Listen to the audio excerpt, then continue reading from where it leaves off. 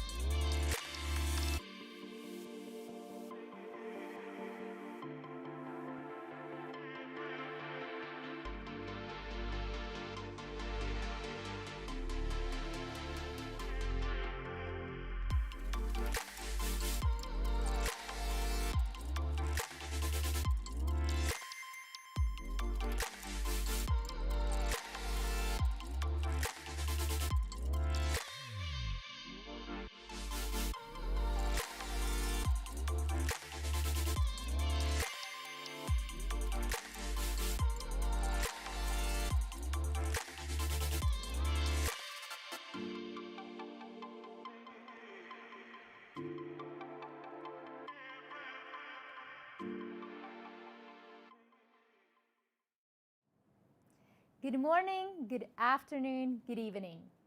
On behalf of my online business and marketing class, I sincerely welcome you to this year's live stream of the TEDxHochschuleLuzern event. My name is Leah Schwigler, and I receive the honor of being your host today. Today will be the second time in a row this event will be held in a solely digital environment. But thanks to my fellow students from the production team, you will have the chance to live stream the entire event from the comfort of your own home, with the only thing you need being a stable internet connection. In the coming few hours, we together will join 9 speakers from around the globe in their stories and explore their ideas worth sharing. Just like our students team, who is very international, representing 20+ countries, so are our 9 speakers from a variety of countries and backgrounds.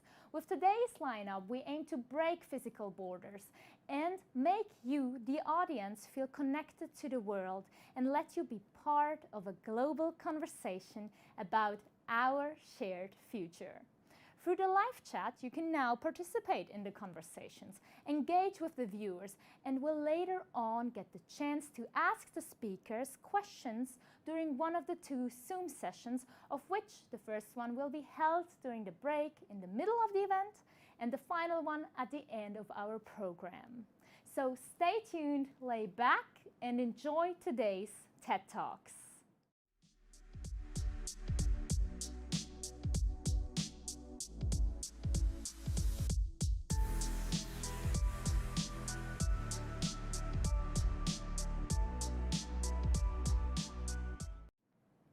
I am thrilled to introduce our first speakers at this year's TEDxHochschuleLuzern event. Denise Nickerson, born in Atlanta, USA, is a real multi-talent. She's an education expert, co-founder of SALT Consulting and Communication, and co-author of an online training program that teaches self-coaching and decision-making. She's passionate about diversity, equity, and inclusion. She has coached change makers working for NGOs or UN organizations. Denise Nickerson is a real pro at being on stage, as she has been a speaker in over 300 universities in more than 30 countries. We are pleased to welcome her now here in Lucerne and excited to let her kick off the event with the topic of breaking borders by humanizing digital space. Denise, the stage is all yours.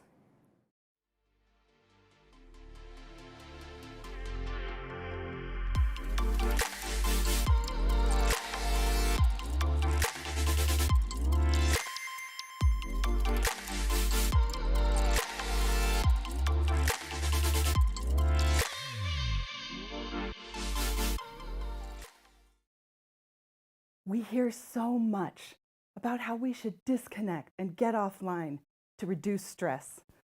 But in these desperate times, connecting on our computers, phones, and other devices has been our lifeline. We've seen our children go to online educational spaces with their teachers and classmates.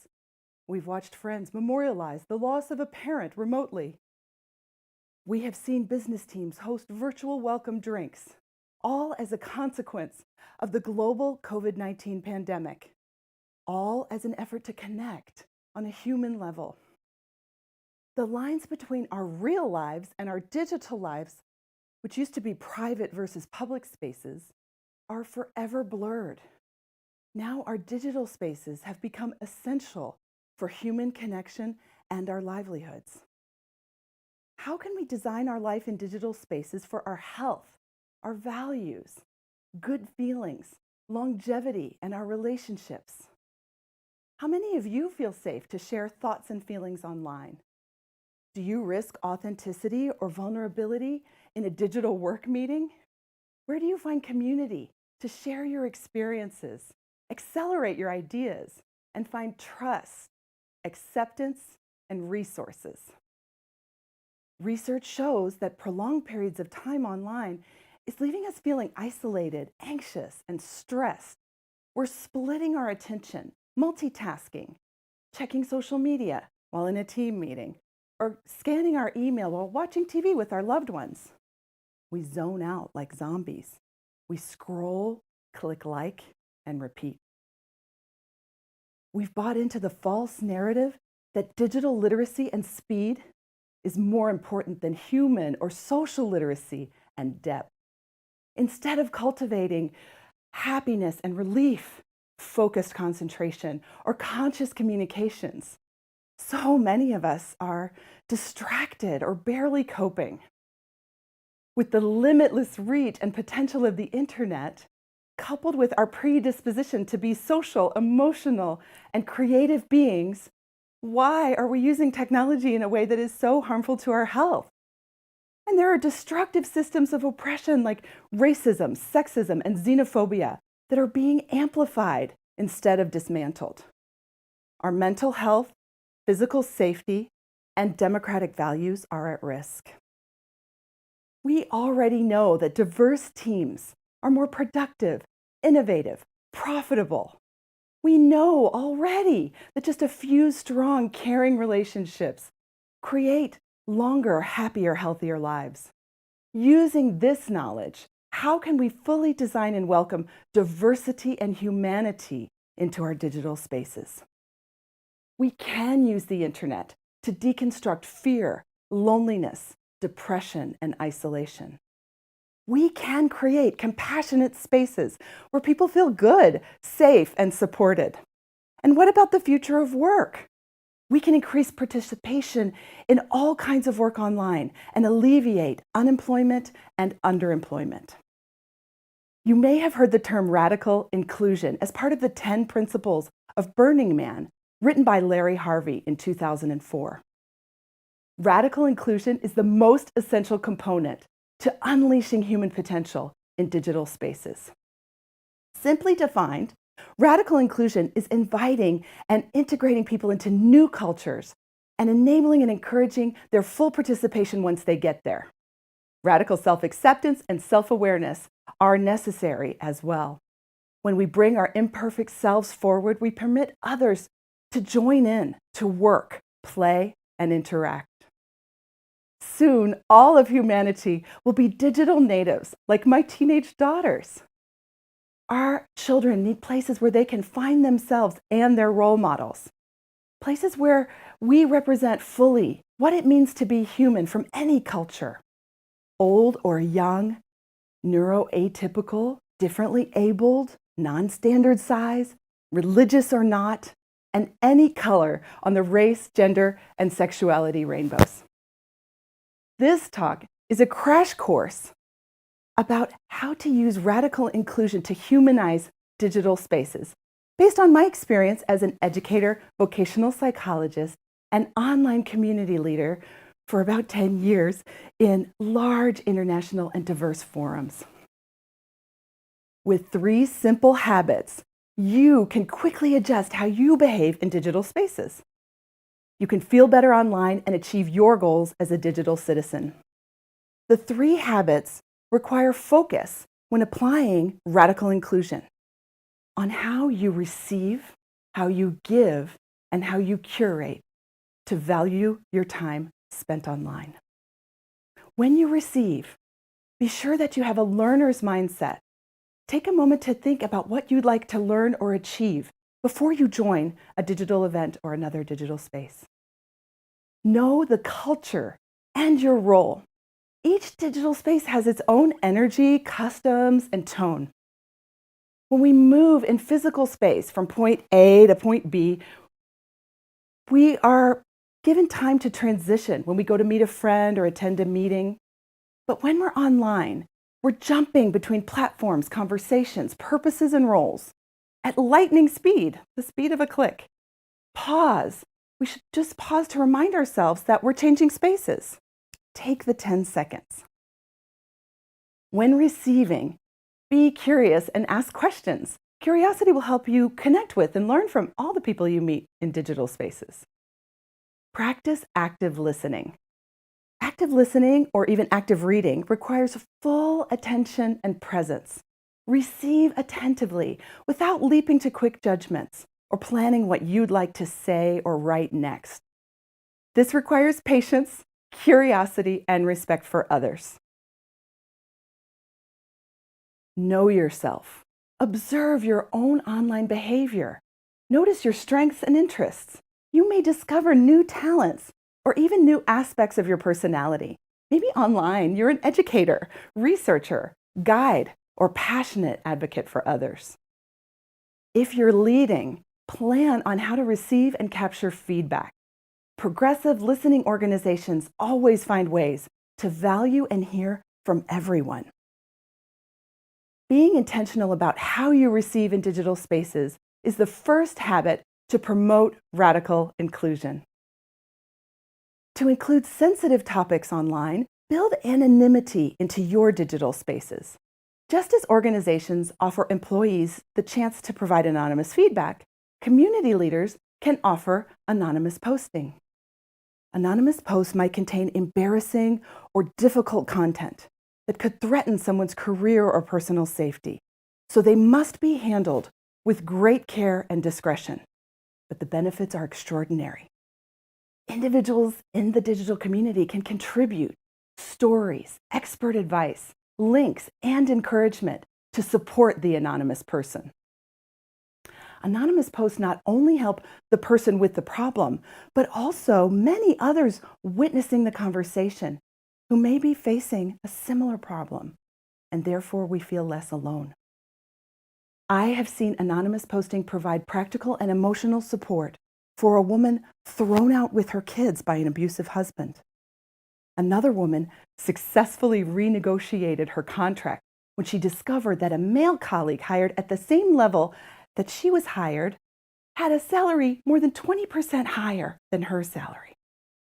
Other posts have helped people talk openly about relationship and parenting struggles without having to reveal their identities or expose their families. Anonymity supports radical inclusion. Anonymous posts save lives and cultivate a culture of intimacy, trust, and caring, even among thousands of virtual strangers. The second habit for humanizing digital spaces is to focus on how you are going to give and contribute. Did you know that the first habit, receiving, is also giving? Your presence and participation in digital spaces has real value.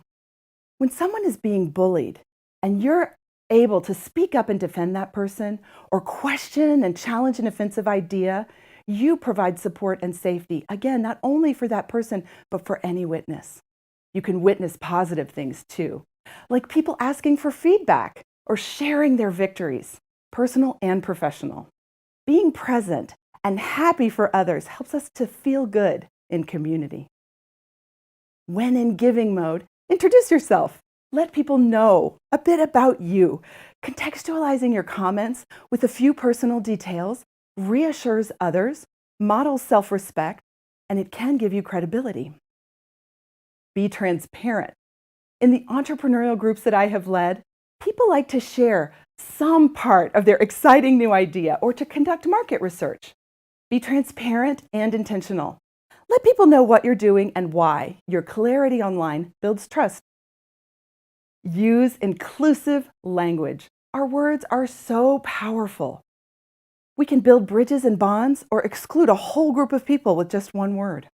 For example, in a women's group, it's really important not to assume that all the women in the group are mothers or all the women in the group want to be mothers. If you start a post with the words, "Dear moms," you exclude childless and child-free women. Helping people to feel seen and respected with inclusive language more accurately reflects the social diversity of our world. Be explicitly anti-racist and anti-sexist. We all need to unlearn racist and sexist perspectives. If you want people to feel safe, provide information and be very clear about racism and sexism. Give examples. Because when we focus on giving, we can provide information to further radical inclusion. In one of the groups I manage, we have explicit policy statements that it is a safe space, an anti-racist and anti-sexist space. But we've taken it a step further with some resources. We have information about things like the Me Too movement and the Black Lives Matter movement, so that our curious members can learn more, follow links, read, watch videos, and really understand what it means to be anti-racist and anti-sexist in our lives and in all digital spaces. Contribute meaningfully and add value when you're giving online. Introverts and anyone from an underrepresented population, please find ways to get involved. We need your voices. Extroverts, like me, cultivate attentive responsiveness to both topics and people, and make space for others to share their stories and ideas too. Share your feelings. Use emotion words. When you're online, share your emotional experience. Digital spaces can feel cold and harsh. We don't always see each other's faces. We don't always hear each other's voices. People are sometimes shy when it comes to introducing themselves. Consciously adding emotion words reminds others that you are a human being. Those listening or reading can then intuit, oh, this person needs reassurance, or he is ready for critical feedback. Adding feeling words does not diminish your intellect, the strength of your argument, or the research you're presenting, but it can pique curiosity and help others resonate with what you are expressing. Celebrate. Celebrate joyful moments when you're in digital spaces. Amplify good news. Recognize your colleague and her accomplishment. For example, does anyone have any questions for Carmen regarding the new grant she procured? And then let Carmen be a star for a while. Bring your sense of humor to digital spaces too. It may feel counterproductive or counterintuitive to make space for human interest and humor and relationships, but action bias is harmful to us all. Compliment, strengthen your relationships. Take those extra minutes to laugh, to beam with pride, and to honor one another. Share your values and your why. We can so easily jump right into problems and concerns when we get online. This links negative feelings to our experiences in digital spaces. Mentioning shared values and why you're excited to be present adds positive energy, motivation, and a sense of purpose to any meeting. The third important habit involves curating information, spending our time wisely, and creating the nurturing digital spaces we need as we practice radical inclusion to humanize digital spaces. Now, are you ready for the radical inclusion of you in digital spaces? I really want you to be very selective. Value yourself, your life, and every minute of it. Go where you feel human values are shared and respected. When you get tired of negativity in any space, leave. Artificial intelligence is observing your behavior online, even if you're not. Let's feed big data the kindness we crave. If you find negativity in your place of work or on a giant platform that you want to remain a part of, then use these suggestions about radical inclusion to model positive change online. Applying radical inclusion to humanize digital spaces is simple. You can develop habits that improve how you receive, give, and curate with respect for your own humanity. In digital spaces, we can exist beyond the borders of space and time. This is my invitation to you. Today, and every time you get online, leave your legacy of love, compassion, and radical inclusion.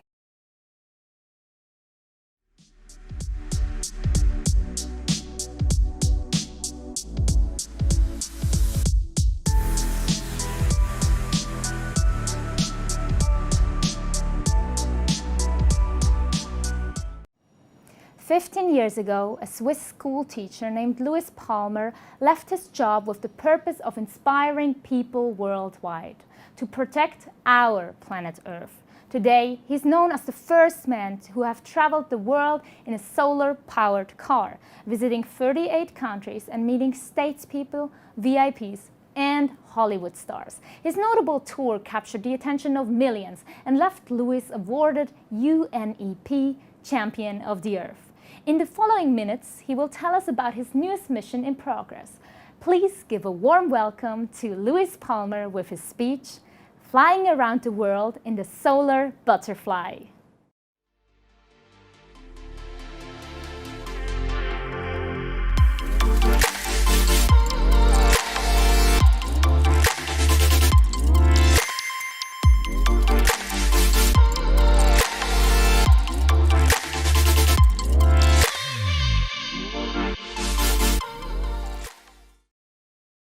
I would like to tell you the story what's going to happen on December 12, 2025 in Paris. A butterfly is going to land in Paris.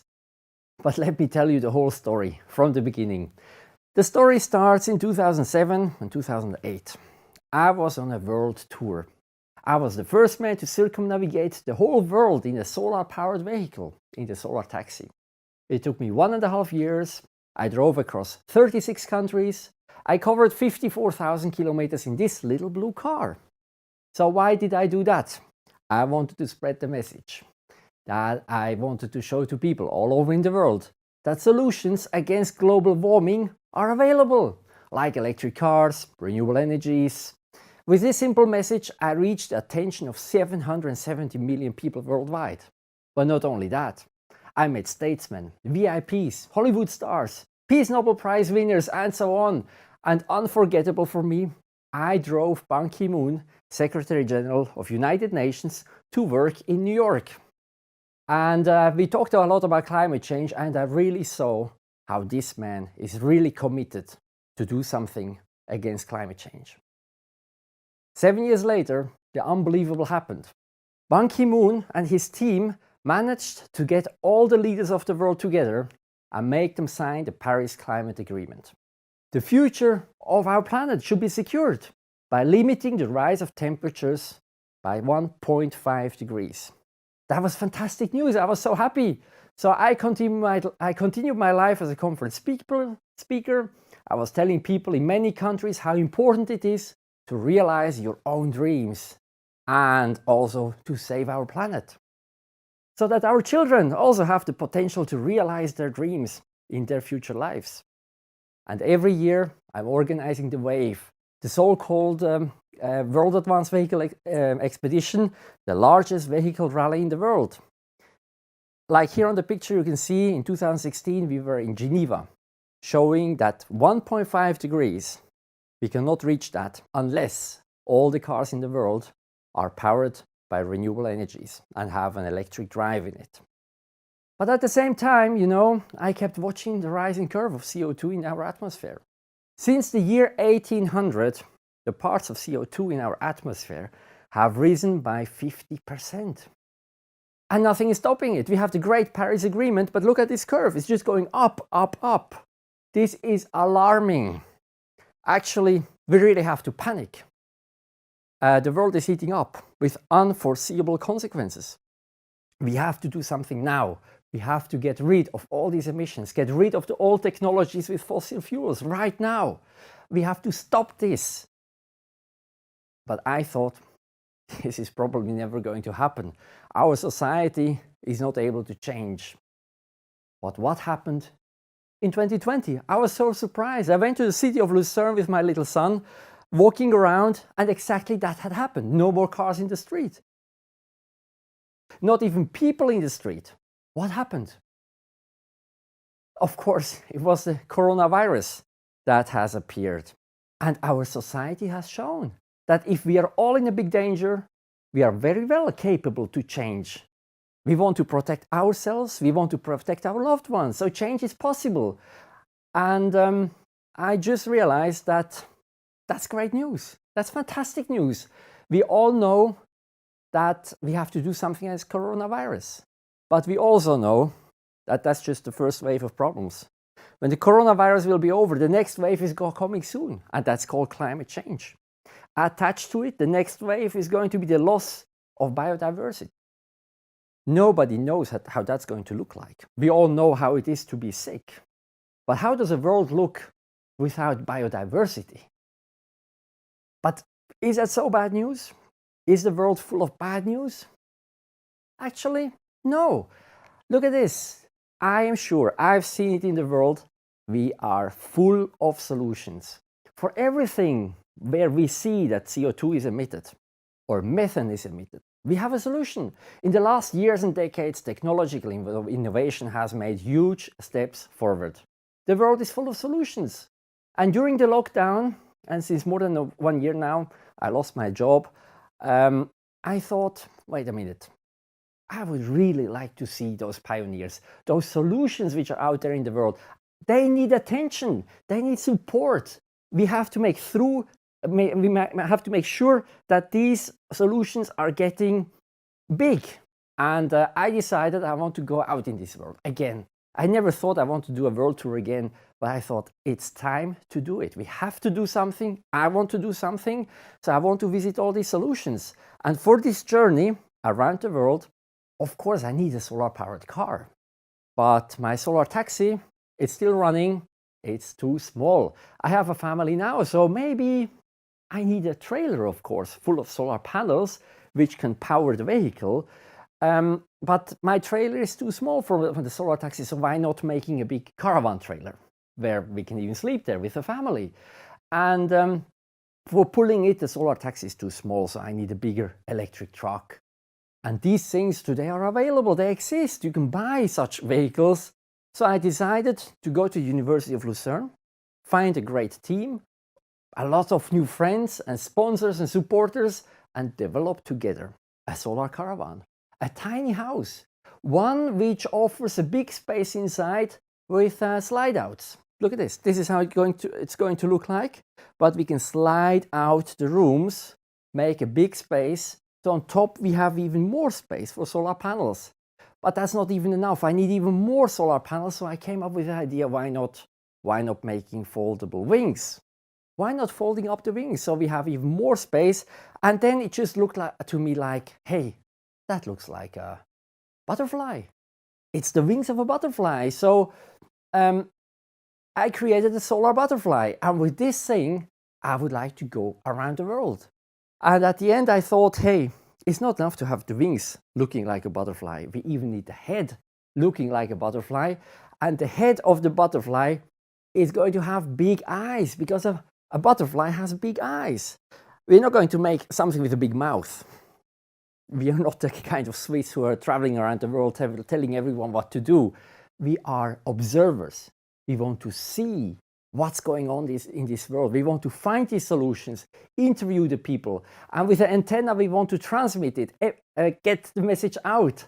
And that's the butterfly. And the butterfly is actually a perfect animal for this, because it stands for beauty, for playfulness, for liberty. There is probably no other animal in the world that is seen so positive like the butterfly. And the butterfly stands for change, most importantly. Because, you know, a butterfly starts his life as a crawling caterpillar. It's bound to earth, depending on earth, and ugly.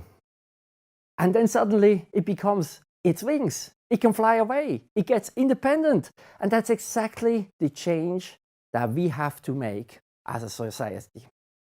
So far, we have been crawling caterpillars, depending on fossil fuels from the ground. Ugly. But now we have to get wings.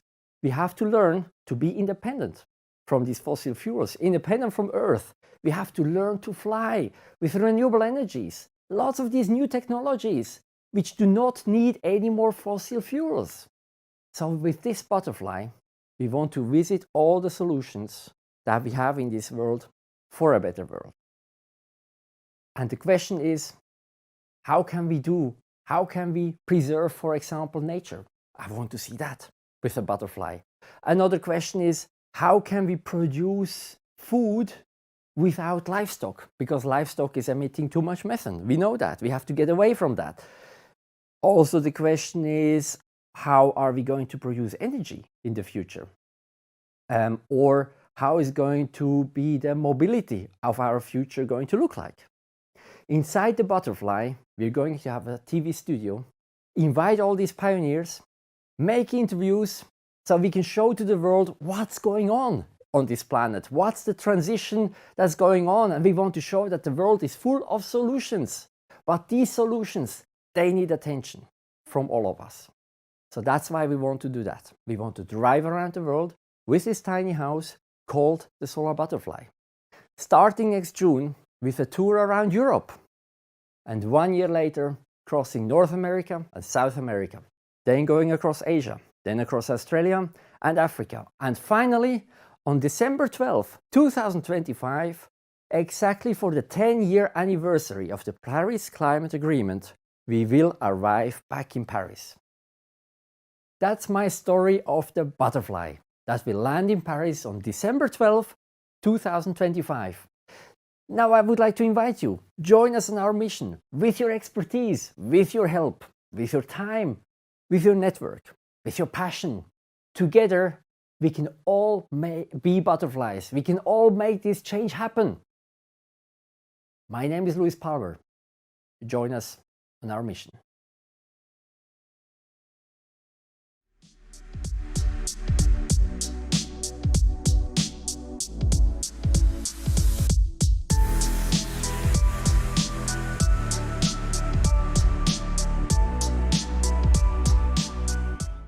Safe at Home Manufacturing, the Power of 3D Printing is the title of our next speech. Our next speaker, Andy Calambi, is President and Chief Executive Officer of Rise Inc., a next-generation 3D printing company committed to sustainable and inclusive innovation.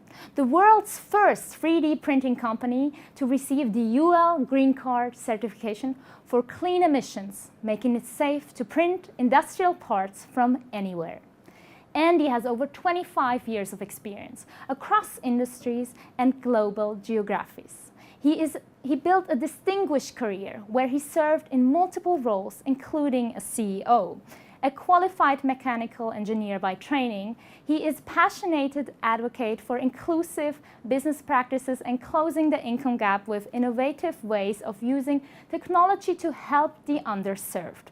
Welcome, Andy Calambi.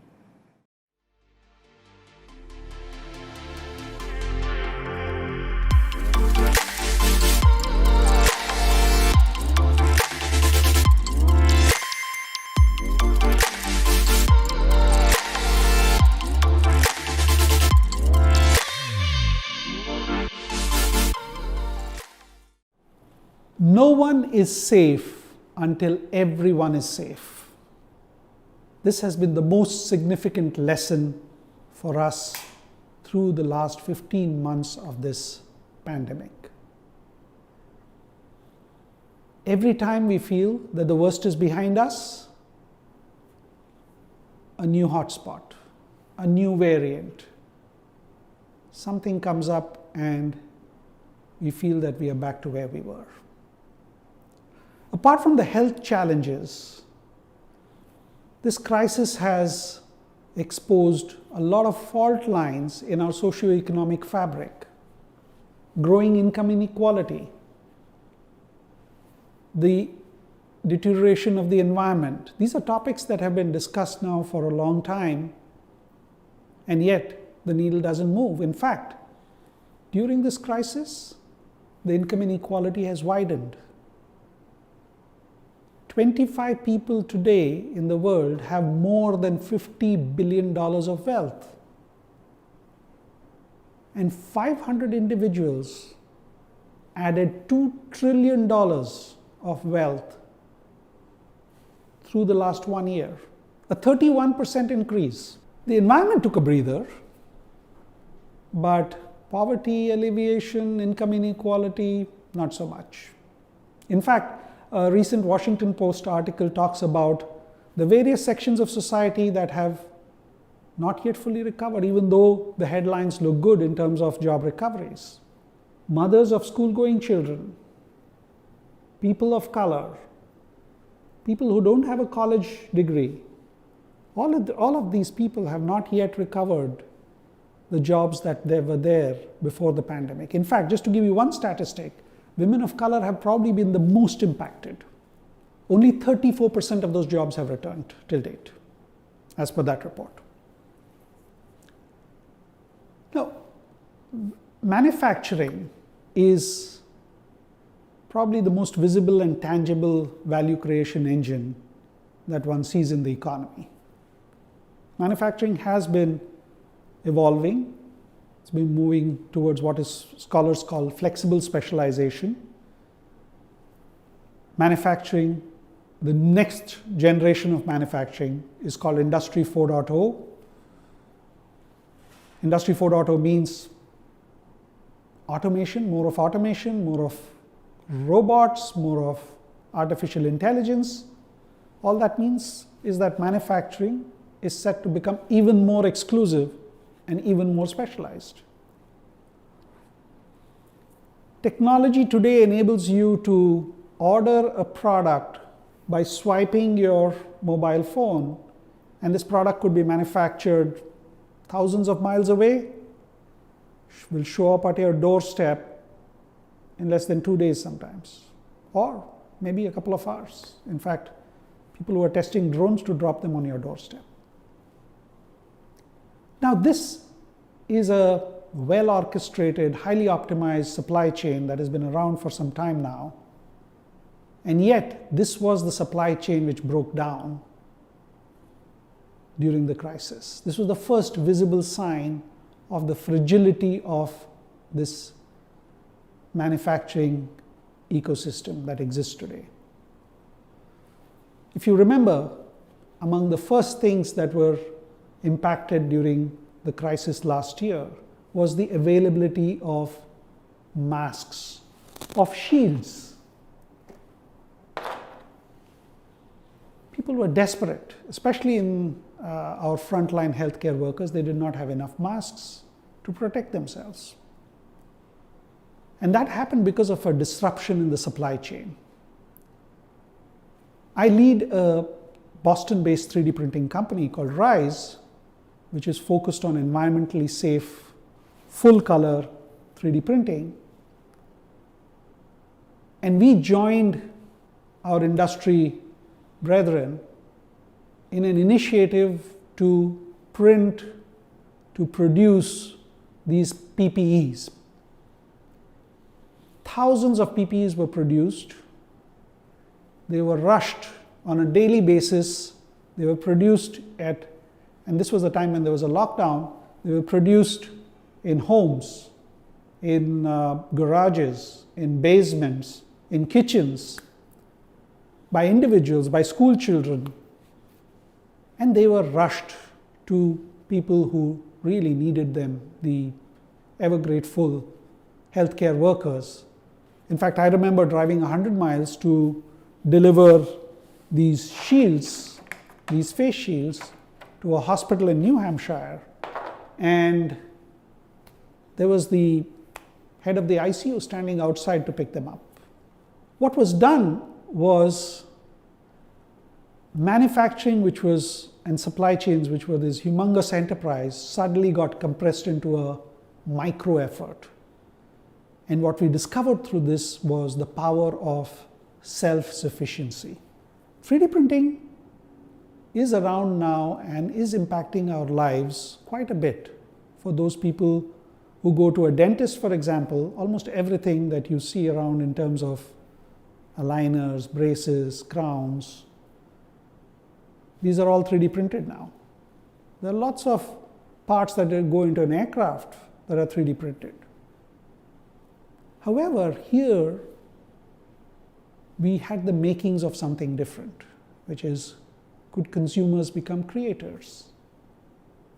And we said, maybe there is an idea here to drive an inclusive approach towards manufacturing. What if we could train people with low skills in this technology? What if they could produce parts that could be medical models, they could be industrial parts, they could be toys, any of these parts which could generate income. What would be required here? What kind of skills would be required? What kind of scaffolding would be required to make these people productive? And especially productive enough to create a living wage. So that's the idea with which we went to create a series of pilots. We are supported here by a number of organizations who are from diverse backgrounds, but have a common thread in terms of commitment to social equity. We are supported also by the World Economic Forum, which is running a massive program on shaping the future of advanced manufacturing and creating new business models. What we are doing here is creating an ecosystem which has what we call explorers. These explorers are individuals who are willing to learn, willing to experience this technology, but have no background in 3D printing. In most cases, they have low skills. They are finding it difficult to find a job. Within this, we have now signed up people who have autism, people who have come back from a war, people who have been out of a job for a while. They are being supported by what we have called navigators. Navigators are mentors, coaches who are skilled in the technology, who have a knowledge of this technology and are willing to help.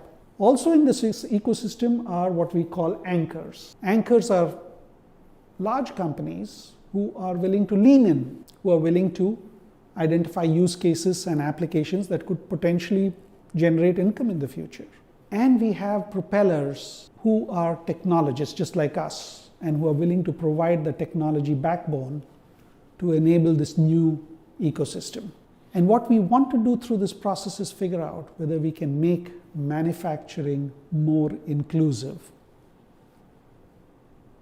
whether we can make people create a living wage out of this technology.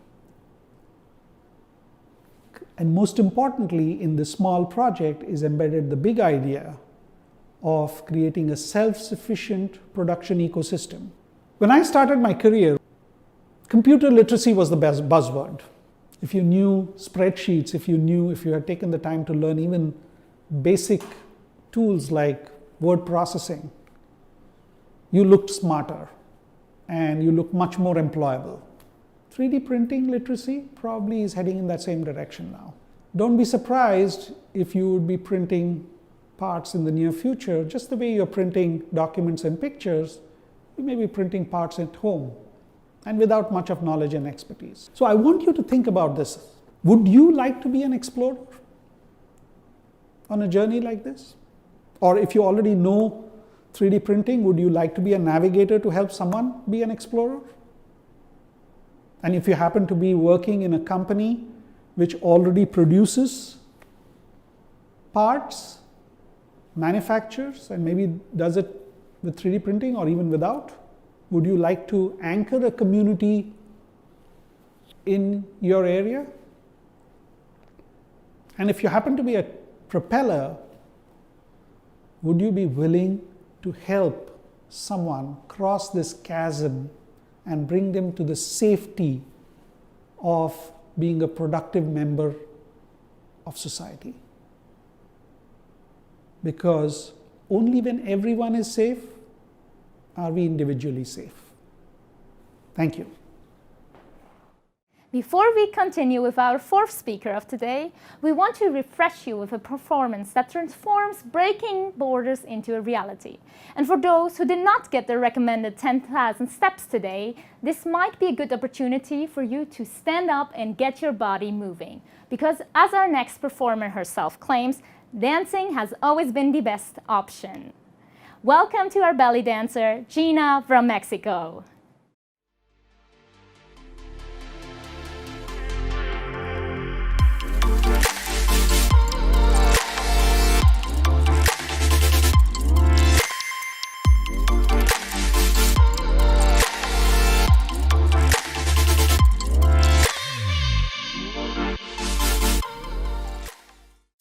Hi everybody, everybody. My name is Artemisa. I'm from Mexico and I am a belly dancer.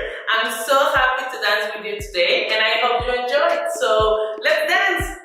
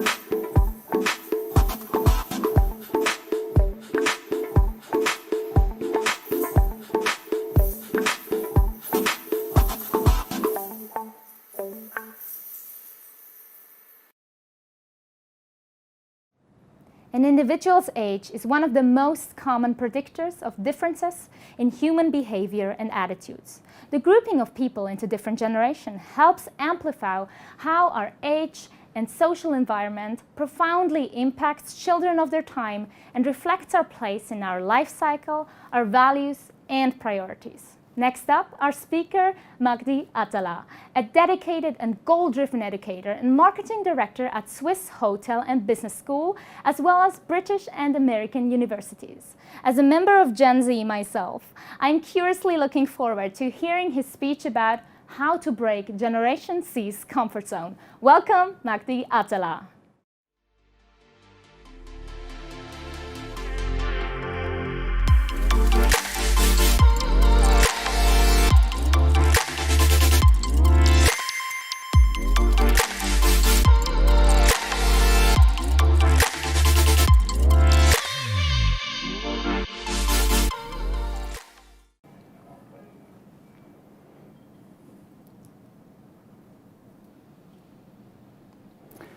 Hello.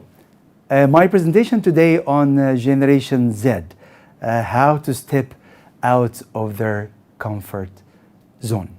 My name is Magdi Atalla. I am a Swiss national, but I've been born in Egypt. I have 15 years hotelier, tourism professional, been working in wonderful hotels and resorts around the world, and I have 20 years of teaching, marketing, consulting experience in top business hotel schools as well as American British universities.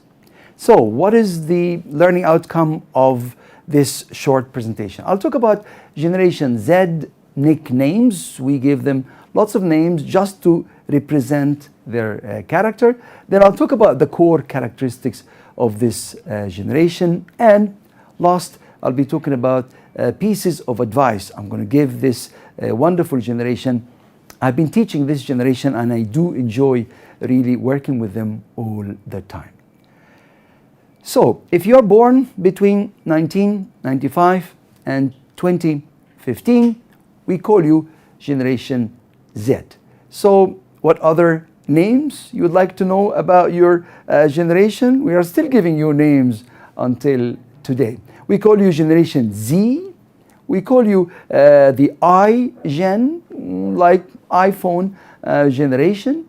We give you Zoomers, a name. Zoomers coming from baby boomers. Actually, this is a generation has been born right after the Second World War. It was the biggest generation that took the attention of all marketeers and media.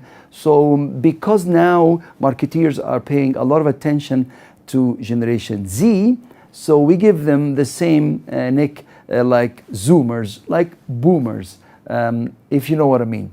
Then we give them digital integrator. They were born from day one with this internet, all the social media stuff. They are screen ager because research found out that Generation Z are exposed to 5 screens. They are always looking at their mobile phones, their pads, their laptops, their desktops, and TVs. TV is not just to watch, maybe to play for PlayStations and all the stuff.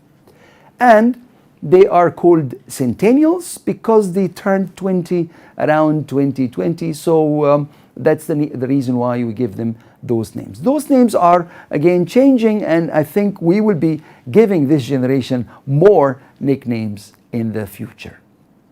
Right, what are the core characters of this generation? This generation called technoholics. They love their handheld devices. Again, research found out that handheld devices are the most appreciated piece of device they love to have. Very comfortable with technology. They are mentors even to other generations when it comes to technology. Very optimistic group of people with high expectations for themselves and from others as well. They are financially minded persons. They are cautious. They are really wanting to make good living and earn good money. They experienced actually the time of the Great Recession. Their parents, they've been suffering. They saw them suffering during this recession time, so they are really keen to make good living and make good money as well. Research found out that they are under challenges mentally. We call them sometimes the lonely generation because they are exposed to the digital world, replacing a lot of face-to-face interaction.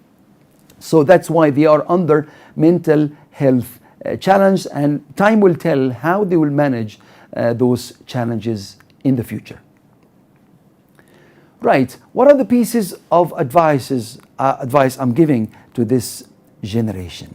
The first advice I'm giving to this wonderful generation: to stay hungry and to follow your passion. There are passions and there are living, of course, what make living, and it might be different than your passion. But I will tell you now, Gen Z, stick to your passions, because if you try to get a job or to make living through something you don't enjoy, you will be very soon replaced, because the companies that are hiring those people, they are interested to hire people that love what they do and very excited to do what they do. So stick to your passion, because if you love what you do, you will work harder, and if you work harder, you will be able to accomplish more.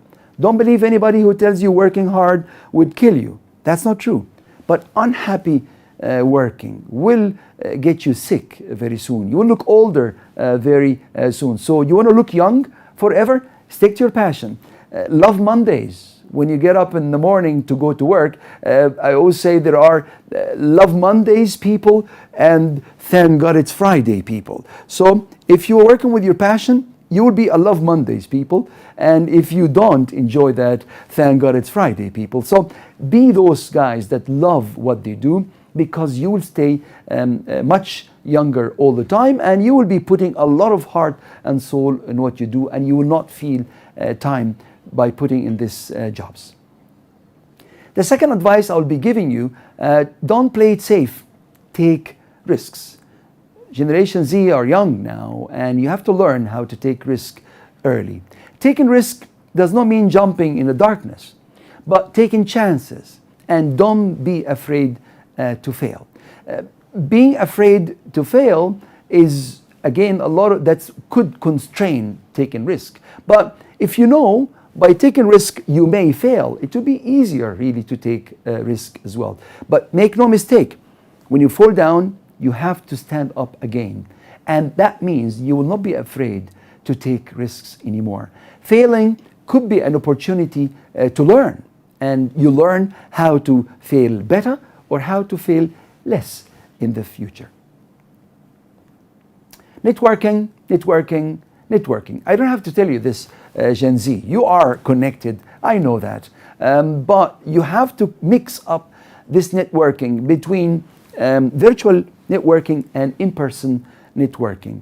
I know you are connected all the way. Make sure that you are presented professionally in your network as well. That's very important, because people will go back whenever they meet you. They will Google you and they will find out what are you doing really in this social world. But make sure that you don't forget the in-person networking too. Get a chance to attend some events. Get a chance to meet those people in person, because it is a mixture between virtual and in-person networking. Generation Z, I know you too, you are not here for virtual world. I know you are interested in person communication too. Research found out again that Generation Z are not here for a pure virtual world. You are interested in in-person interactions too. Connections are key to dream jobs. Connections are key to opportunities. I don't remember any job I got in the last 20 years. It was because I advertised for opening. That's not the case. All jobs today are networking. And those people that will give you this chance could be now in your network. But find out who those people are so you can really build up this network very well. Travel as much as you can, Generation Z. A wonderful thing you need to do. We did not travel, our generation. We didn't travel as much as you are doing right now. So traveling would really get you familiarizing yourself with other cultures. You will be able to maybe pick another language. Every language you speak is a passport in your pocket. You want to see the world? You want to learn cultures? Well, you better learn how to speak their language, because that will open up doors and will open up a huge exposure for you as well. Study abroad if you have the chance, or do internship abroad if you can. Study abroad is a wonderful thing if you can really do. It will give you again exposure. You can learn another language, another culture, and even studying abroad will be very different than studying home, because that will be a very different exposure, curriculum, specializations. Very true, very, very different if you are planning really to study abroad. Knowledge is power. We always say that. Our parents spending so much money and time. I mean, I meet always Gen Z's parents around the world, and they are all really spending all what they can for the knowledge to their youngsters. Knowledge is power, very true. The more you learn, the more you will become an asset yourself. So it is the knowledge, it's these certificates, it's these degrees you'll be earning that will be again your door opening. But remember, that will open the door only, but to stay in, you have to prove this really yourself. Start on the bottom, learn all the moving parts of your industry. Don't expect you finish university and then you'll be a big boss. That's not true. And by going down, starting on the bottom, you will have this confidence and you'll have this power. The people that working with you or for you, they will respect you much more because they know that you are aware of this industry all out. So get your hands dirty first, Generation Z, before you would like to be a big boss, because that is the nature of today if you really wanted to make it big. Now, I want to leave you with these words. Mr. Einstein said this word: a ship is always safe at the shore, but that is not what it is built for. We are not built to stay on this safe environment. You are made to explore and expose and get yourself out. Because if you really get out from your comfort zone, you are discovering the magic outside this zone. Give yourself a chance, Gen Z, to get out of your comfort zone, because there are wonderful things outside, and you can only find out only if you live and you get out of this tiny circle you have. All the very best.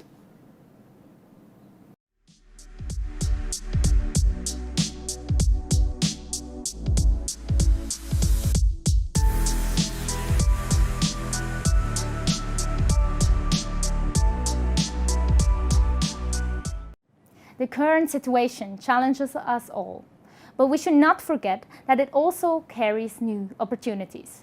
Today, we are connected online in previously unimaginable ways and created the chance to unite people worldwide. However, what impact does COVID-19 really have on globalization? Our next speaker, Sintel Ramano, will explore this question in more detail. Sintel lives in Johannesburg, South Africa, and is the founder and managing director of Black, African and Beautiful Media Group, which is dedicated to documenting the misrepresented identity of Africans through ethical means and truthful journalism. With her hard work, Sintel seeks to empower and develop the next generation of women leaders. I am very happy that we won her as a speaker today, and I'm looking forward to hearing her speech on the impact of the pandemic on globalization. Welcome, Sintel.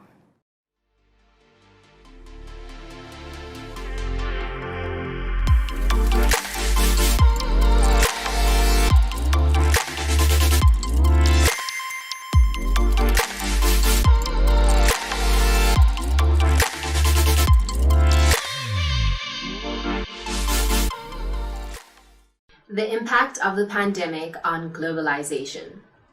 10, 9, 8, 7, 6, 5, 4, 3, 2, 1. Happy New Year! That was me and my family in Singapore. Little did we know that in the coming year, there would be a pandemic on the rise. Now that I think about it, I actually got sick in Singapore. I had a fever, I had chills, diarrhea, and I was told by the cruise staff that I needed to quarantine for a bit of a time. It didn't click at the time, but when you look at the symptoms of COVID-19, fever, chills, diarrhea, sickness, and more, I probably ticked off 50% of those. I'm Zintle Ramano, founder of Black, African and Beautiful, also known as BAB Media Group, a digital media agency that generates traffic in over 27 countries in 4 continents. And today, I'm here to speak to you about how globalization has abled the foundation of my work and the impact that the pandemic has had on it. The closing of borders around the world impacted a multitude of industries. Now, did anyone hear about Zoom before last year? because I didn't.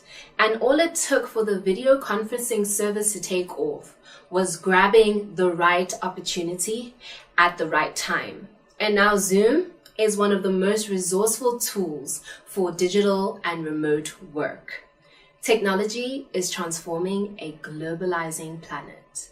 COVID-19 created a unification of some sorts. As many of us were locked down in our homes, we held tighter and closer to our loved ones, making us worried about the uncertainty of an unknown future.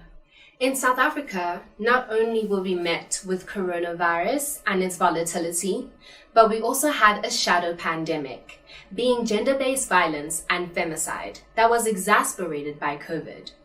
Every day on the news, we were flooded with taglines of number of infections and number of deaths, alongside missing girls, women, and children. Because of the lockdown measures, many victims were unable to escape their perpetrators and could not leave home to seek protection. This was my experience of COVID-19, and it activated feminine leadership and activism within me. So what does it mean to break borders for South Africa? And how can this great nation, my home, become a leader for a post-pandemic world in globalization? According to UNAIDS, the richest of countries are vaccinating a person every second, while the poorest of nations are yet to vaccine anyone as recent as March 2021. Protectionism can be defined as a theory or practice by which countries protect their domestic industries from foreign competition by taxing imports. There's no doubt that developing countries are stuck in a debt trap impacted by protectionism, COVID-19, and socio-economic issues. This debt trap continues to grow as money is borrowed from first world countries through initiatives such as COVAX. Suddenly, a non-third world problem became a third world problem. Can you afford to vaccine your citizens? Acquired debt represents a systemic risk to the global economy, according to the World Bank and International Monetary Fund. The economy of South Africa cannot keep up with the competition when it comes to limited access to vaccines. I believe that vaccine equity should be a human right for all, with no terms and conditions attached. The virus impacts us all. It does not care about your physiological, geographical, or economic identity. And this is what unifies us. Yet, when citizens don't have their health, they cannot contribute to an international economy. The ideology of globalization requires countries to work together towards a common goal. This is why alliances are formed, such as the African Union and SADC. The African Union and the African Center for Disease Control have developed a digital application called My COVID Pass. The ideology behind this app is so that we can ensure safer border crossing across the continent. It indicates who has been vaccinated and who hasn't, who has a medical history of COVID and who does not. The app is powered by Econet, a telecommunications group that has operations and investments in Africa and around the world.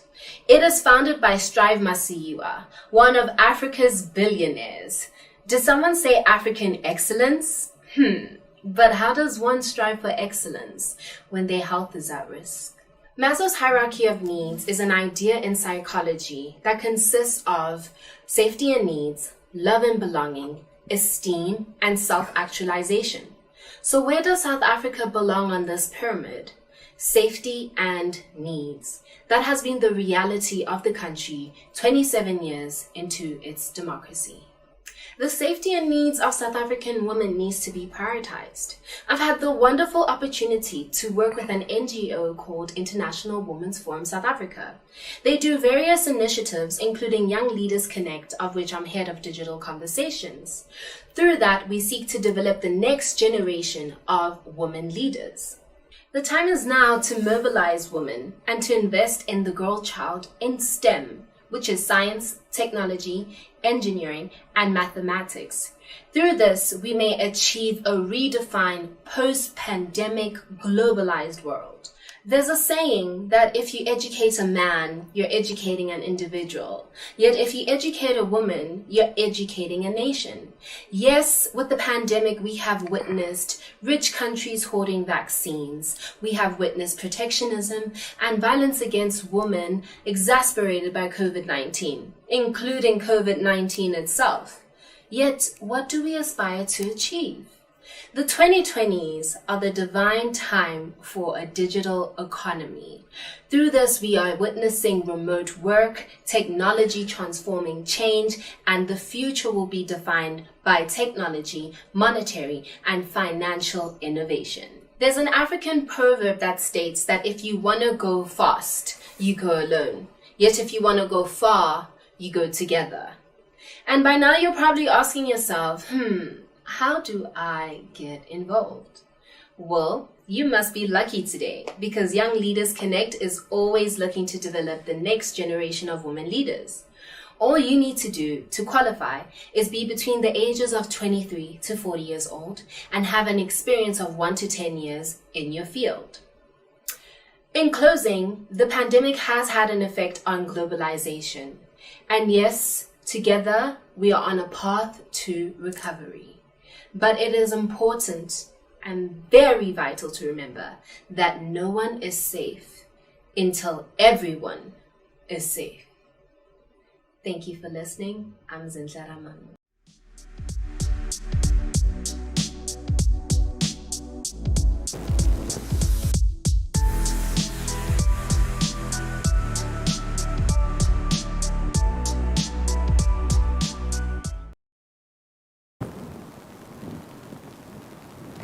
Thank you, Zinhle, for your inspirational talk. We now arrived at our first Q&A session live here over Zoom. I have the speakers with me. Can you please all unmute yourself? Can you all hear me? Yes, I can hear you. Beautiful. Okay.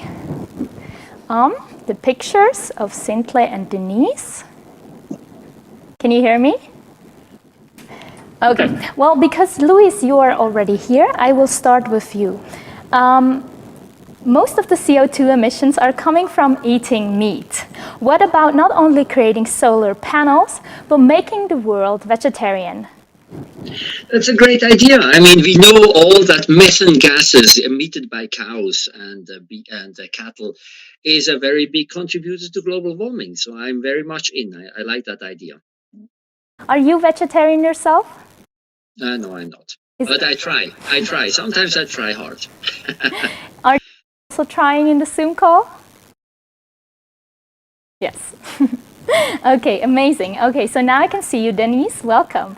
Hi. Your first question. What are the psychological implications for the future generations and digitalization? I think that we have to think like parents of young children and early childhood educators and think of the basics of human development that have survived eons and centuries of technological changes. And that has to do with communication skills, language skills. It has to do with physicality, respect for nature. It has to do with meaningful work. Actually, I think that every speaker in this session touched on one of these fundamentals in a deep way. And as long as we are respecting those things in the way we live, then the psychological implications are very hopeful and very positive because we have room for more meaningful work. We have room for more understanding and communication. We have room for more peace. We have room for more love and connection. All of these things which are very supportive of our mental health and good for us as human beings. So as long as we keep that perspective, however, when we are engaging in destructive behaviors, the obvious ones, destroying the environment or spending time in negative spaces online or ignoring inclusion, human potential for work, like Andy spoke about and Zinhle spoke about, then people are isolated. They are not purposed and they're hurting. So we have to just continue to apply those basic things that are nurturing to preserve and enhance our psychological health. Beautiful. Thank you so much, Denise. Nice. Sure. Then our next question would be for Andy. Can you hear me? Yes. Okay, great, and we can see you. Perfect. So how will 3D printing impact and support supply chain in the future?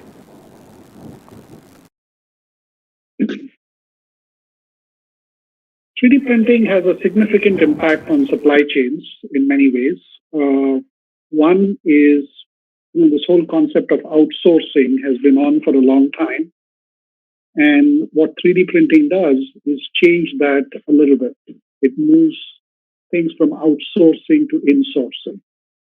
It means people are able to produce parts sometimes more cost effectively in-house rather than having to send them for getting it done outside. So that's one element of the supply chain that changes. The second thing which changes in the 3D printing is what is called printing at the point of consumption. Now, today, you produce goods at one place and then you consume it at places which could be very far. And that involves a whole amount of logistics that creates a carbon footprint in terms of taking these goods across. It means creating inventories. It creates waste. 3D printing addresses this problem by being able to print a part or a product wherever it is being consumed. So that is a fundamental shift in the supply chain that is happening, and that will happen with 3D printing. Very informative, thank you. So Makti, yes, you can unmute yourself now. Thank you.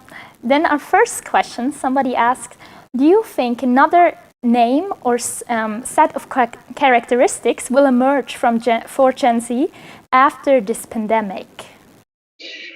It could be. I'm expecting that because these Gen Zs they got into this big time, but we don't know really how, or maybe research will be coming in a couple of years or maybe in a couple of months with another name for them. I don't know. Any guesses? No. What it could be? Really. I did not read. Maybe somebody have read some research about it, but I did not really have a chance. Maybe Dennis, you're smiling. Did you read something about names for Gen Zs? I have two Gen Z children, and so I really appreciated your talk, and I can't wait to show it to them. They're in school today, but they'll be watching it. Very good. This is actually already the pandemic name, I guess. The nickname for them. Awesome. So Sindle, can you hear me? Yes, I can hear you. Okay, beautiful. So what would you wish that you would have known as a young South African female? Like a few years ago, maybe. 3 years ago. Okay, so 3 years ago, I was about 24. I would say that it's okay to take your time when it comes to your education, because I think if you reach the finish line according to everyone else's standards and all of that, doesn't necessarily mean that you understood your accomplishments. And also, I would wish that I knew that it's okay to just be myself. So yeah. I think that's good advice for everybody. Yes. Then we will go back to Denise. And there we have a very interesting question. Somebody asks, as a New Zealander living in Switzerland, I wonder what expats could do to connect online to break language and cultural barriers across these newly imposed barriers.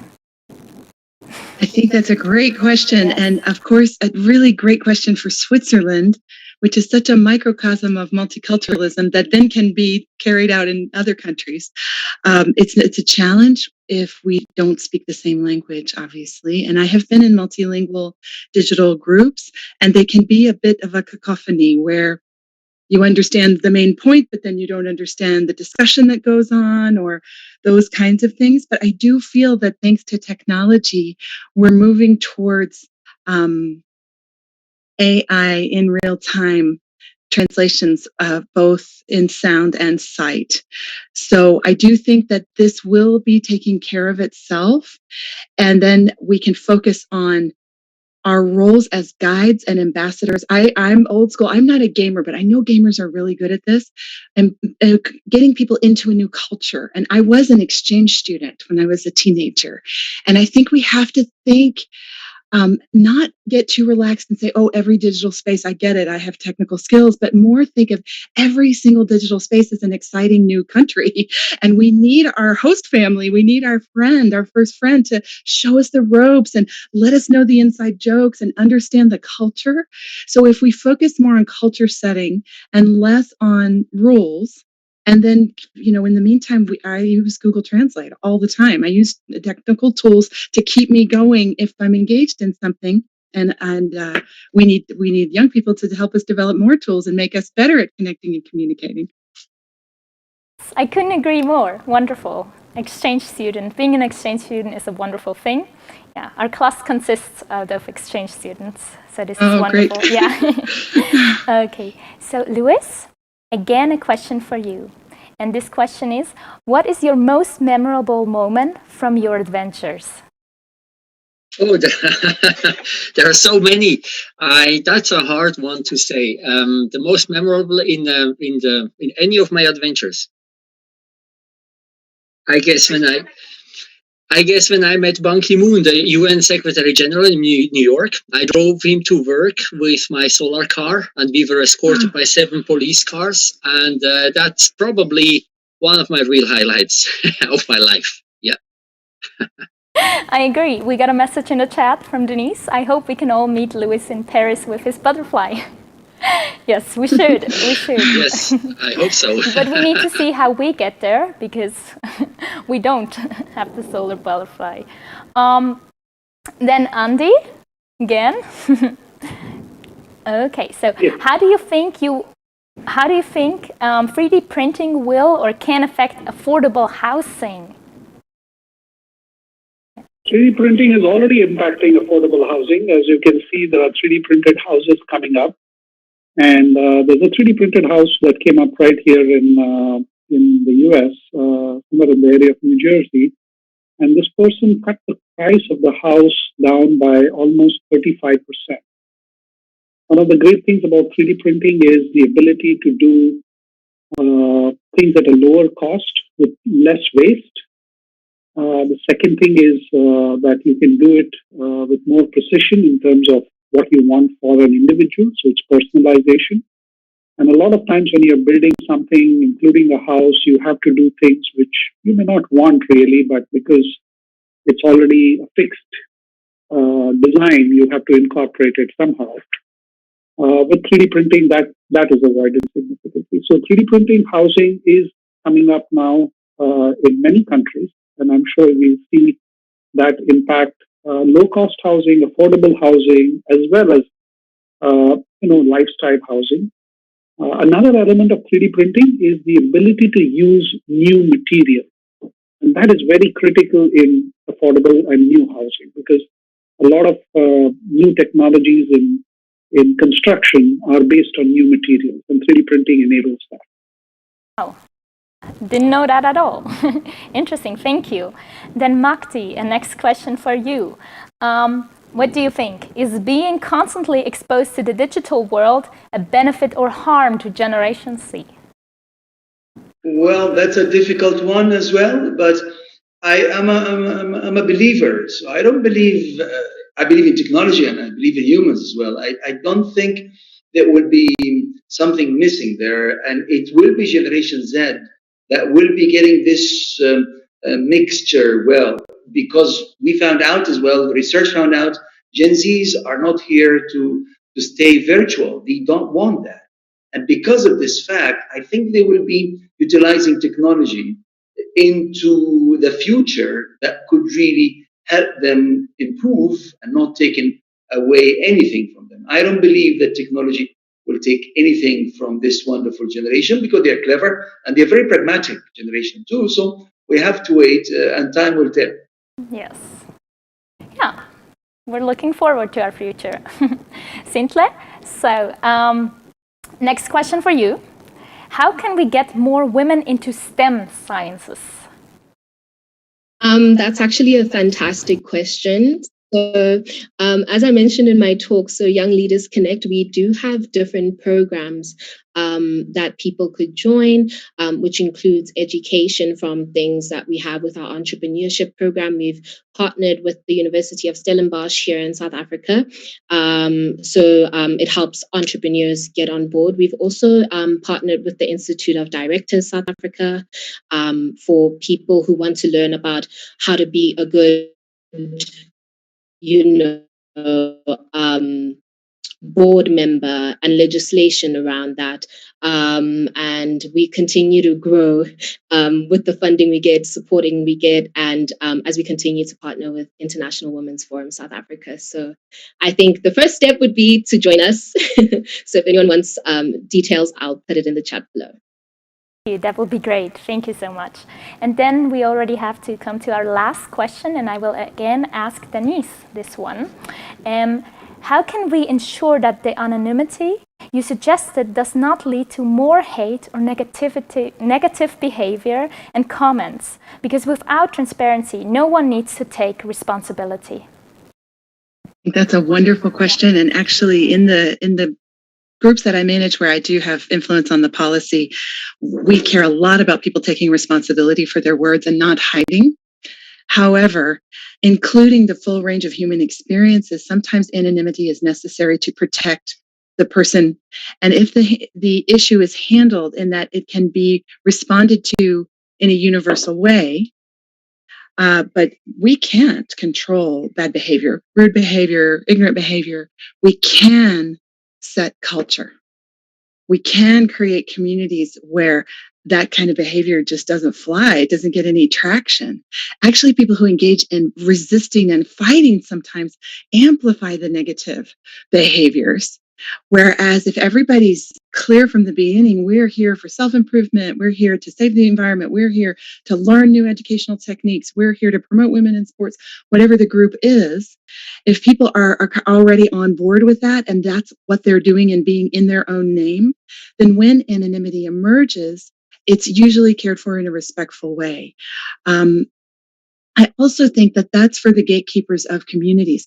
If people are abusing the chance to have anonymous posts for some kind of unhealthy or unethical reason, obviously that shouldn't be put forward.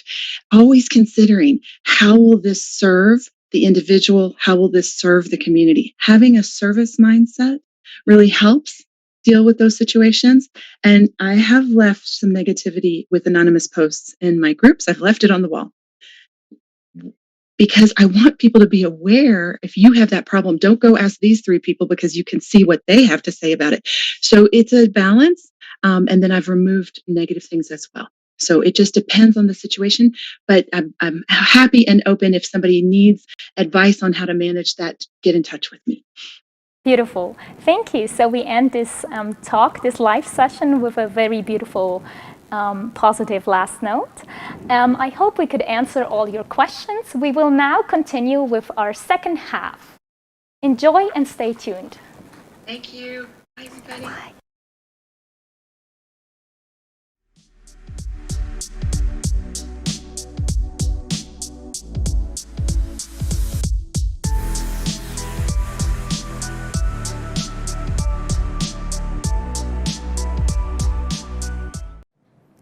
When were you last guided through a mission or performed something completely new?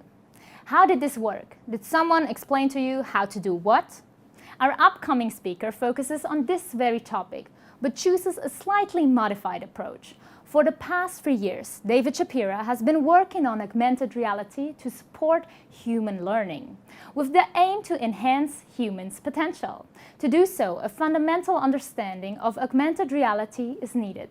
I am very excited to dive into this topic with you. Give a warm welcome to David Shapira and his talk, Augmented Reality, a Supportive Technology to Human Existence.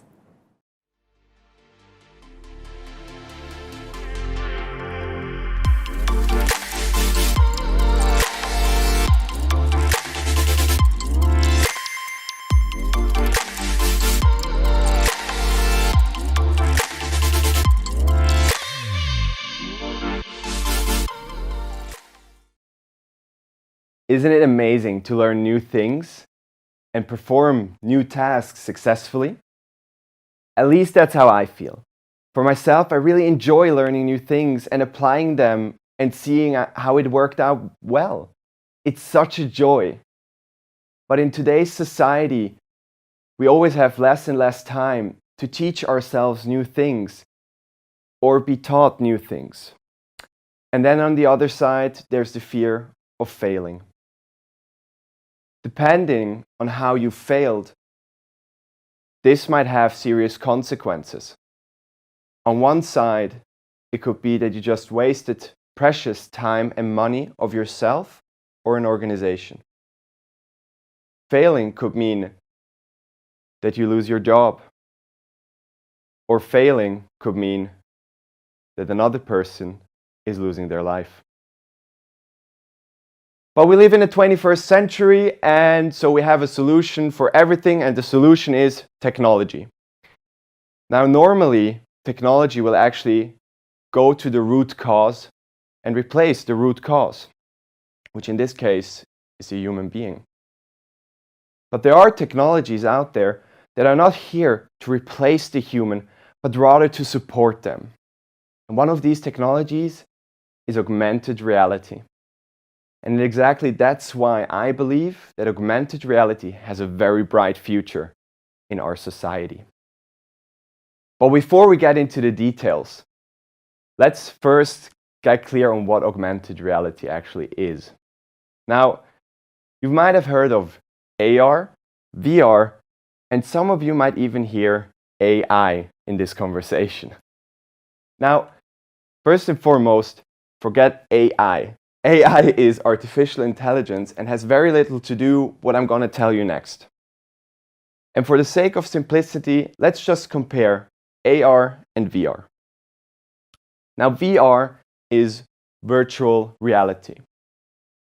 And hence, as the name says, we are immersing you into a virtual environment where you can be, for example, a mid-age archer shooting bow and arrow, or simply relaxing at the beach in Mauritius, enjoying the sun, just to lift up your VR glasses and realizing, oh, I'm still in the apartment I woke up this morning.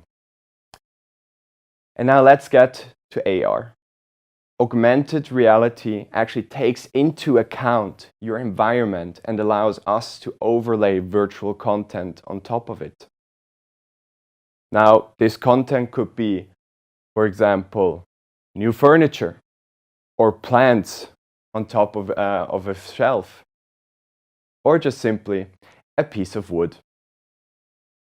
Now, this content can be delivered in many ways. One, you guessed it, AR glasses. But most of us actually own a fully AR-capable device. Our phones. Modern smartphones are actually coming out of the factory already AR capable. So almost every one of us owns an AR device, as you also can see in this image. So after this talk, I would kindly ask you to check out augmented reality. Google it, try it out for yourself, play around with it. And once you completely refurnish your entire living room, you placed plants all over your apartment. And even if you might have caught Pikachu, I want you to think one step further. The first time I tried augmented reality, I immediately realized the potential to guide people using this technology.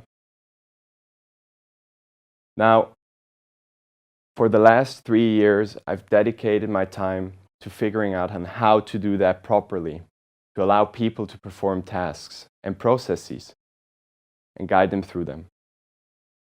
During my master thesis with Doma Kaba, we conducted a user study together with mechanical engineering students. Now, during this study, the students had to commission a gate. Now, you can imagine this gate as you know it from the airport, where you go through, you check in your ticket, it opens up, or your passport. a gate very similar to this, so a rather complex machine. Now, these students have never in their life seen this gate, and even less have they seen it disassembled. Now, we can all agree those students would have never been able to perform the task on that given day without any aid. And that's where augmented reality came in. We prepared a program to guide these students through the process of actually commissioning this gate. And the conclusion of the whole story, after each trial, the gate was running. Normally, technicians go abroad for a couple of days to actually learn on how to commission this gate. And we just enabled students to do the same using this technology. Now, that doesn't mean that all of a sudden those students should replace technicians, because for the sake of the lives of some of these students, they should really not touch a screwdriver and just stick to coding. But nevertheless, we were able to enable people. And now I want you to think one step further. I would like to invite you on a small mind game and think about somewhere in Southern America, a small village that has one technician there, and in the middle of the night, there's a blackout. The generator is not working anymore. The entire village is out of power. The only person who can fix it, the technician, has never done it in his life. He doesn't know how, because the generator didn't fail for the last 5 years. And now the whole village depends on him. We could use now augmented reality to guide the person through the process on how to fix the generator, telling him or her what to do on the generator and where, telling him turn this switch here, turn this knob here, and so on until the generator runs again. Or if we go to a rural Africa, where a doctor might need to attach a patient to a respiratory machine. Maybe the doctor didn't receive sufficient training on that machine. He doesn't know where to apply the parameters, or maybe not even which are the right ones. And here we are in a life and death situation. We could use augmented reality to help the doctor to put in those parameters, tell him where to put in what, and perhaps even give him suggestions of what might be the right parameter in accordance to the patient's situation. And those examples are exactly the reason why augmented reality is not here to replace people, but is here to support humanity. We at Rimond Technologies believe that we want to enable people by rethinking the manual, to allow people to perform tasks they've never done before, simply by displaying information differently. My name is David Shapira, and I thank you very much for your attention, and to many more successful tasks and no more fails.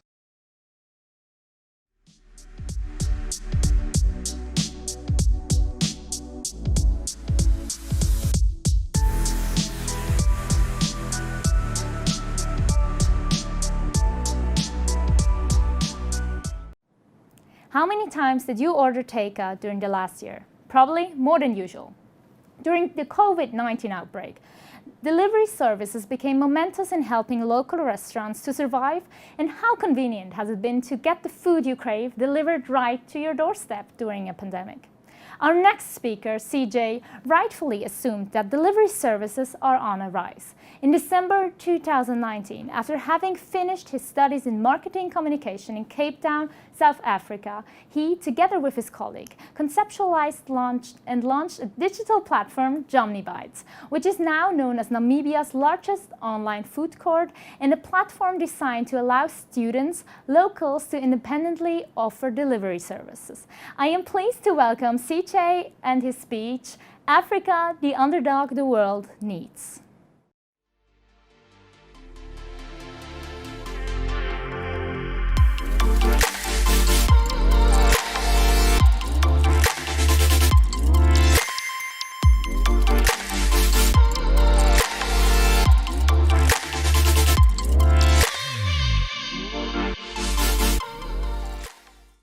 this whole idea doesn't make sense. Your document is structured the wrong way. You guys have a long way to go. That's what my lecturer told me during my last year of university. What she was referring to was a document we presented to her. It was an idea around this big competition that we're taking part of. You see, at my small marketing school, this was like the Super Bowl. It was the biggest thing that could happen. So we're separated in teams of 3. And me, being the self-appointed leader of my team, I decided that we had to assess ourselves to see how we would get to the top, how we would win, how we could go to the next round even. So assessing ourselves, I realized that we didn't really have much to offer. Me, myself, didn't have the best grades, partially dyslexic, and so on and so on and so on. But we did have one thing that would set us apart. We happened to be the only 3 black guys in the class. So there was a way that we could identify ourselves and relate to something that only we could understand, and no one else would be able to outperform us in that aspect. So that's exactly what we did. What we did is we came up with a digital innovation and a product line that was targeting black male millennials. Us. Something we could relate to, something we could understand. And just like every underdog story that you've heard, the results were incredible. We're the only team to get 90% and above in our class. We came first in South Africa, then we came first in Africa. We were flown to Paris to present our ideas to the largest beauty brand in the world, L'Oreal. And that's how we ended up working for L'Oreal. During this time is where my obsession of Africa kind of started. I've always been voting and supporting the continent, spurring it on.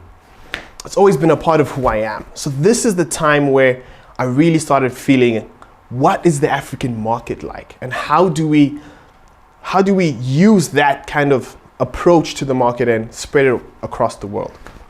Africa is the 2nd largest continent in the world. I mean, 6% of the Earth's surface is Africa. But let's not forget, Africa is plagued by hunger, poverty, disease, and conflict. But I have to say, I think this is exactly what makes it what it needs to be. And this just might be what gives us our superpower. So I'm going to take you on a journey. I want to take you on a journey with me to help reshape our idea about Africa and give you a new perspective about how we can learn from this continent as individuals and as groups of people. But there are 3 things that we need to consider. There are concepts that we need to unpack together. The term underdog. What is an underdog and why do people love them so much? Number 2, problem solving. And number 3, technology. So let's start with the first. Underdogs. So much research has been done around them, right? But the ones that really caught my attention was the research done by a man called Malcolm Gladwell. By definition, an underdog is a person or group of people that can compete in a specific situation, but are less likely to succeed or win, right? And what I want you to really captivate from this definition is that underdogs exist in certain situations, such as competitions, which means that they have to operate in spheres where there are limitation and rules. That's where they really come forth, because they're operating and competing where they have a lack of resources, but against these limitations and rules. So, Mr. Gladwell defines underdogs as something a bit different.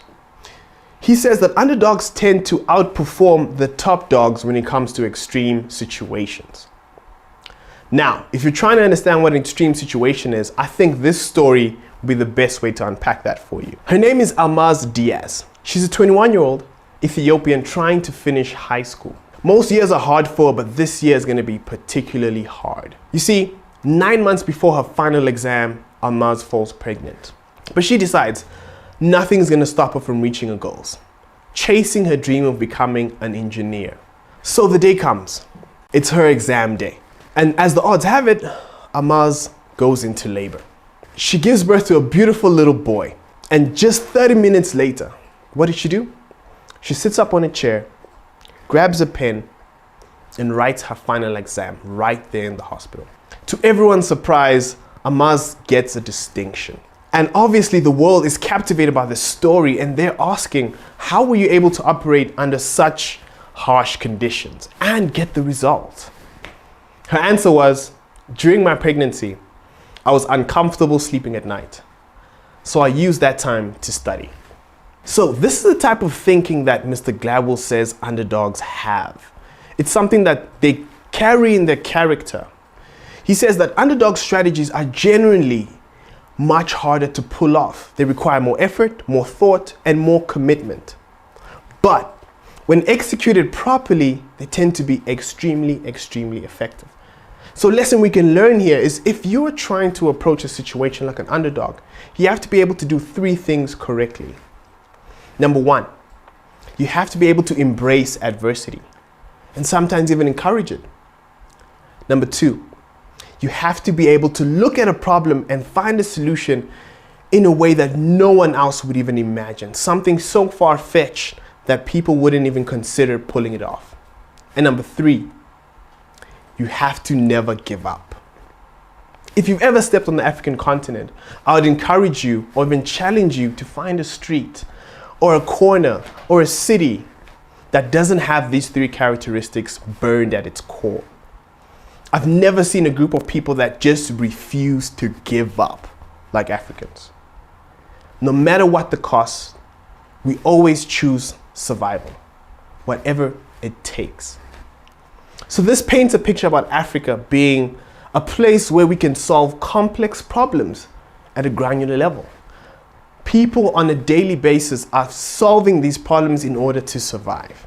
But if we're solving complex problems, then why are we not globally the top dogs or being recognized as the biggest economies of the world? I think it has to do with the type of problems we're choosing to solve. You see, complex problems are not always valuable problems, but valuable problems are always complex problems. So if we change our perspective and look towards solving valuable problems, I think that's where things will spark. You'll see the light of Africa come and shine throughout the world. And we've seen this happen before. It's happened in Asia. In 1978, on the 18th of December, China's new president decided we are going to do a new economic reform. We're going to open China to the rest of the world and become the hub where people come solve problems. And that's what made China so great today. That's what started the Reformation. But there's a very important part of this puzzle that we have to remember. We can't forget it. And that is the part where technology plays a part. Technology was created to drastically improve the speed of solving problems. That's what it was made for.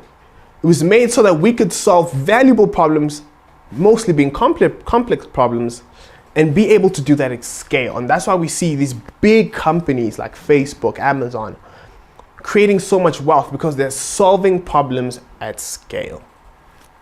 So now when you look at a continent like Africa, where technology is just starting, or you can just see the glimpse of what Africa could be in the context of the future and with the help of technology, it becomes extremely exciting because it's not like China in 1978. Technology has changed completely. And I think that's what's going to make Africa take the biggest steps forward. In January 2020, I quit my job and founded my first business. The idea, the method, the approach to solve problems. More specifically, to make life simpler for Africans. If you've ever shopped online and ordered something and had no idea when it was going to arrive or if it was even going to arrive, you understand the frustration, right? That is the frustration that millions of Africans face every single day when they shop online. So we came up with a concept.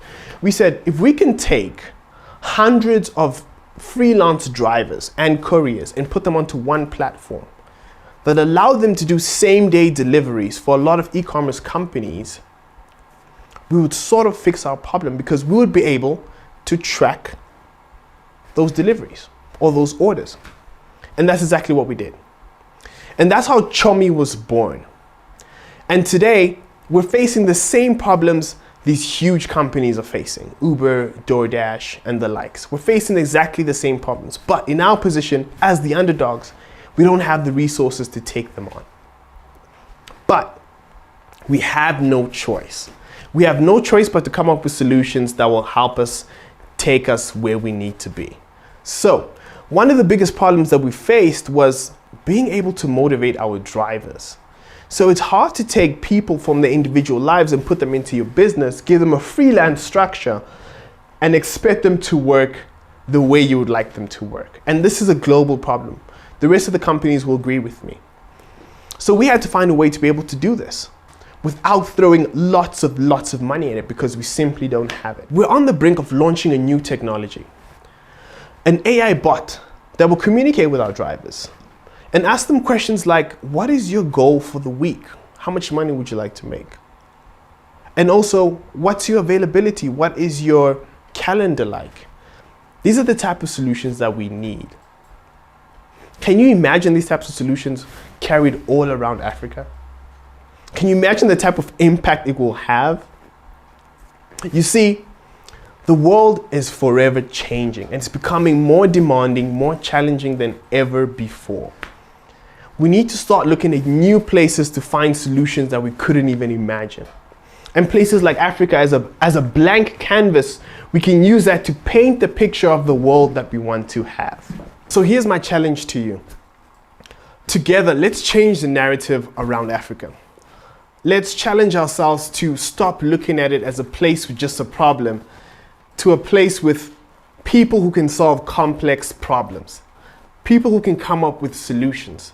Let's rally it as our global underdog, the place that we put in the front line and we say that these are the people that can achieve it. So if we can do that, we'll be able to change the narrative of ourselves and identify as problem solvers. When we identify as problem solvers, we will stop seeing ourselves as the problem. And I believe that is an idea worth sharing. Thank you. Our next talk will start in approximately 4 minutes. However, if you do not need to use the restroom or grab a drink, stay with us and welcome Maxim. He's a professional magician living in St. Petersburg, Russia, and for sure he will fascinate you with his tricks and show you how you can break borders by trusting magic. Welcome, Maxim.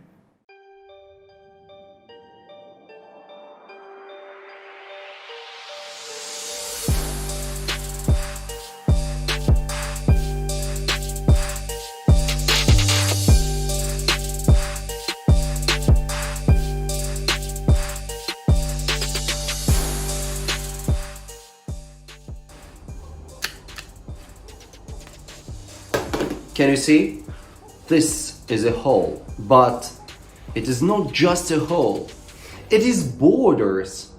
And today we are talking about breaking the borders, because all of them in our minds. My name is Max Kiselev and I'm a professional magician from Russia. I've been doing magic for more than 20 years and I can perform magic tricks with different objects. I can show you very fast magic trick with money, for example. Yeah, I'm a rich magician, as you can see. Yeah, I can show you a very fast magic trick. I think this is the fastest card trick ever. Oh, but my cards are too small. Or I can make some levitation tricks.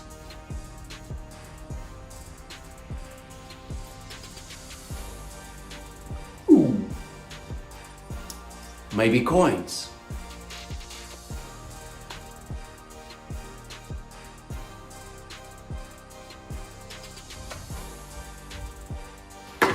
But today, I'm gonna show you something what I hope you never seen before.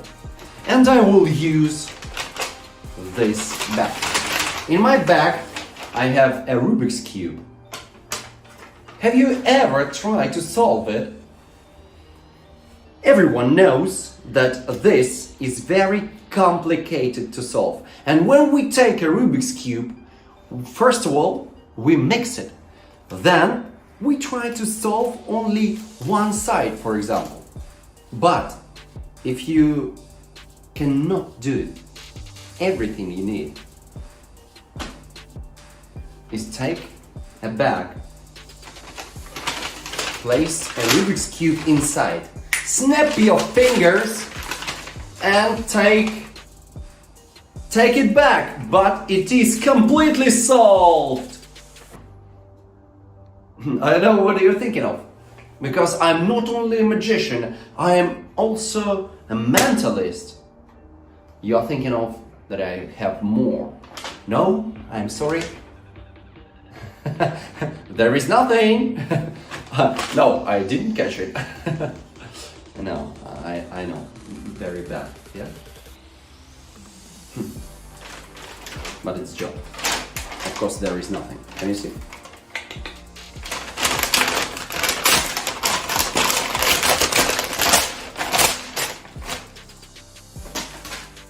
I want you to make the same with every single border in your life. Break them and trust in magic. Sorry guys, do you understand how I've done my tricks? I can explain, really, only for you. I have an assistant. Can you see my coin? Hey, look. Oh, he's right here. And he's gone. According to the Global Gender Gap Report, none of us will see complete gender equality in our lifetime. The sobering findings of the 2020 report predict that gender equality worldwide will not be attained for the next 100 years. This is not only frustrating to females, but also highly inefficient for our society. Studies show if women are involved in decision-making, they are much more likely to focus on social, long-term and sustainable aspects. Our next speaker is confident that a simple but effective approach to push gender equality forward is women's network. Whether it's monetizing a shared hobby, bringing up children, growing a community garden, or starting a business, it's easier together. Please give a round of applause to Rachel Hill, a 26-year-old female journalist, with her talk, The Power and Importance of Structured Female Networks.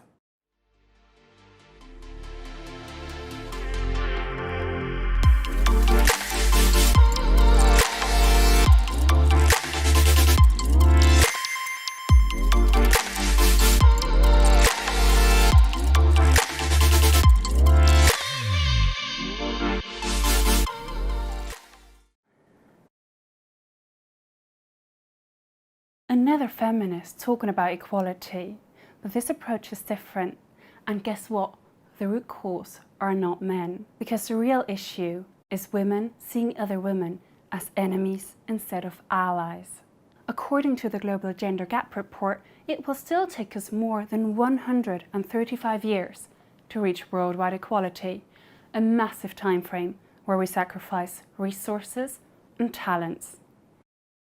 And even though I would love to experience equal opportunities, that won't happen.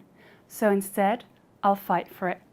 Today, I'd like to present you a possible solution to tackle this challenge: female networks. Just to clarify, this is not another man-bashing speech. I even have one male friend myself and truly cherish men. Jokes aside, the original issue lies deeper. Women. We are brought up to compare ourselves and compete with each other. I'm sure every woman can identify with that.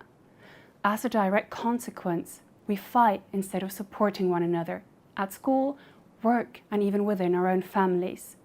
That's not only sad, but highly inefficient, especially because we waste so much energy and potential. Women statistically make more sustainable and social choices, and it's even proven that they create businesses which are more successful in the long run. Imagine all the power we hold without even realizing.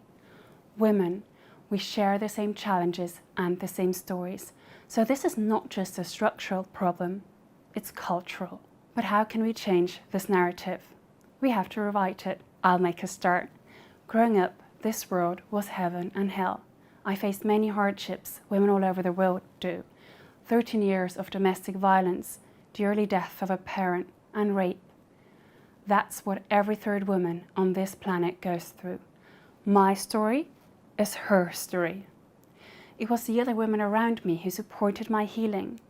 I remember when I was 11 years old and visited a women's shelter for the first time. Well, it wasn't just a brief visit, but more like a 3-month asylum. I experienced more than 30 women and children living under the same roof, healing together. I also learned, as the comedian Hannah Gatsby said, that nothing is stronger than a broken woman who has rebuilt herself. For the last 10 years, the topic of female communities has deeply fascinated me. I started my own network called Alva, which means both elf and army. The reason, therefore, was simple. I had moved to a different country, felt terribly lonely, and discovered women's circles. What I experienced there was pure bliss. I remember a tea ceremony where you all shared our current struggles and just held space for each other. And I guess my English grammar was right. Tea is truly always the solution.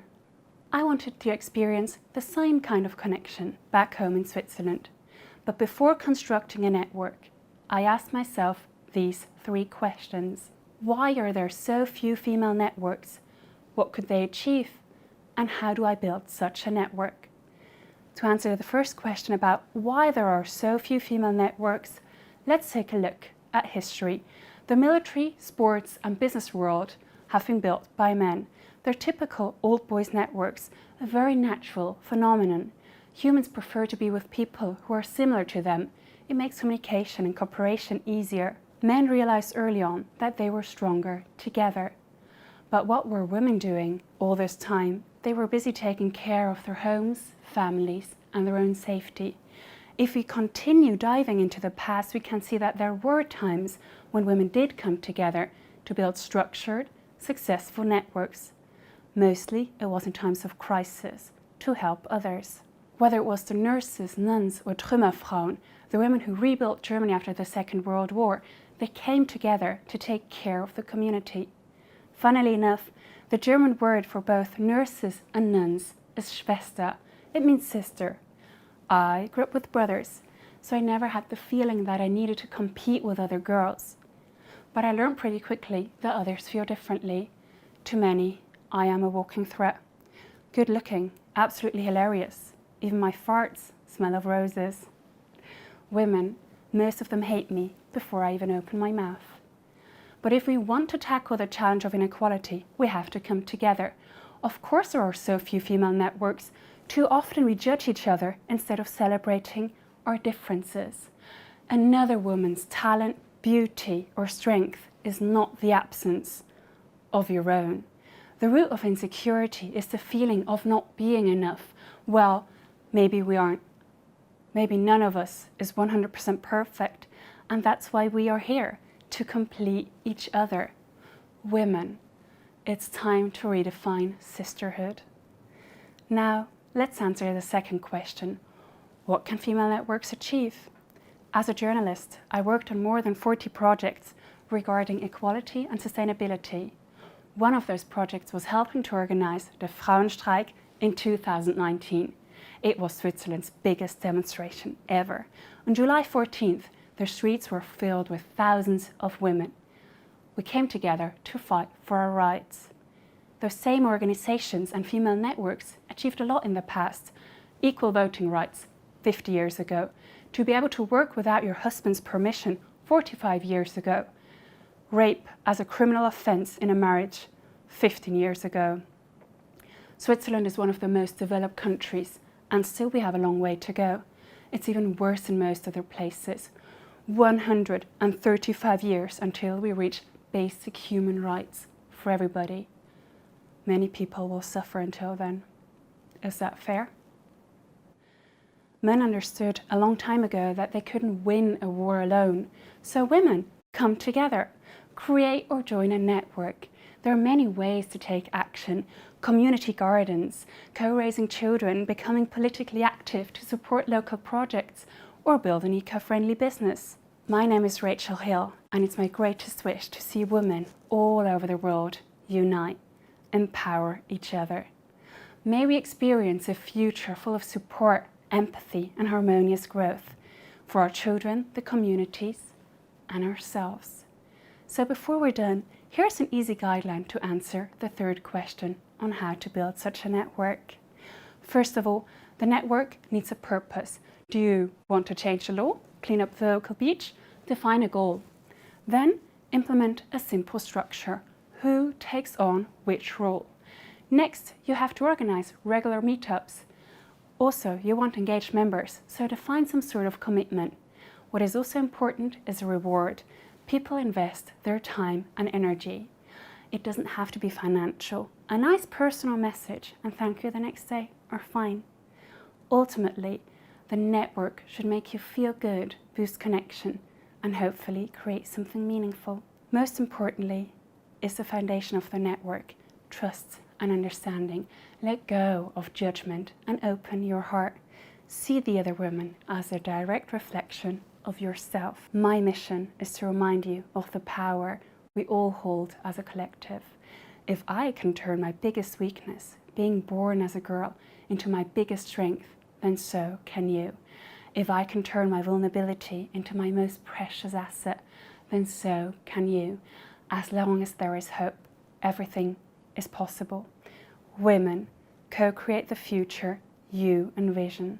We need each other and the world needs us. I vow to take an active stand, empower others and embrace diversity. Now's the time for us to rise. Together we can make this world our heaven. Sisters, let's act.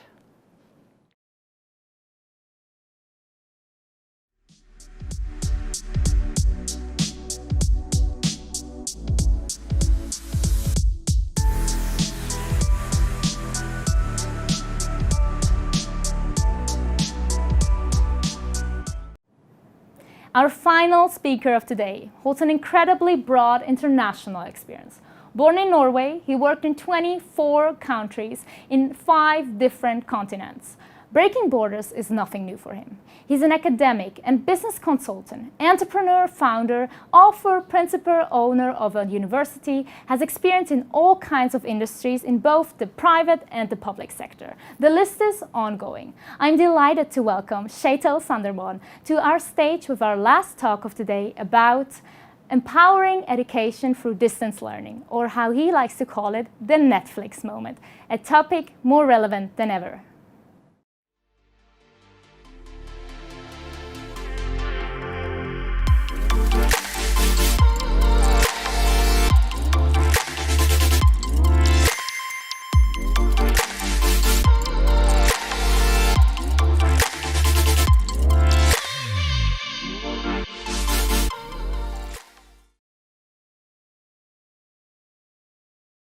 Education is one of the most powerful means to reduce poverty, to improve people's life, to build solid and good societies. Education is about empowerment.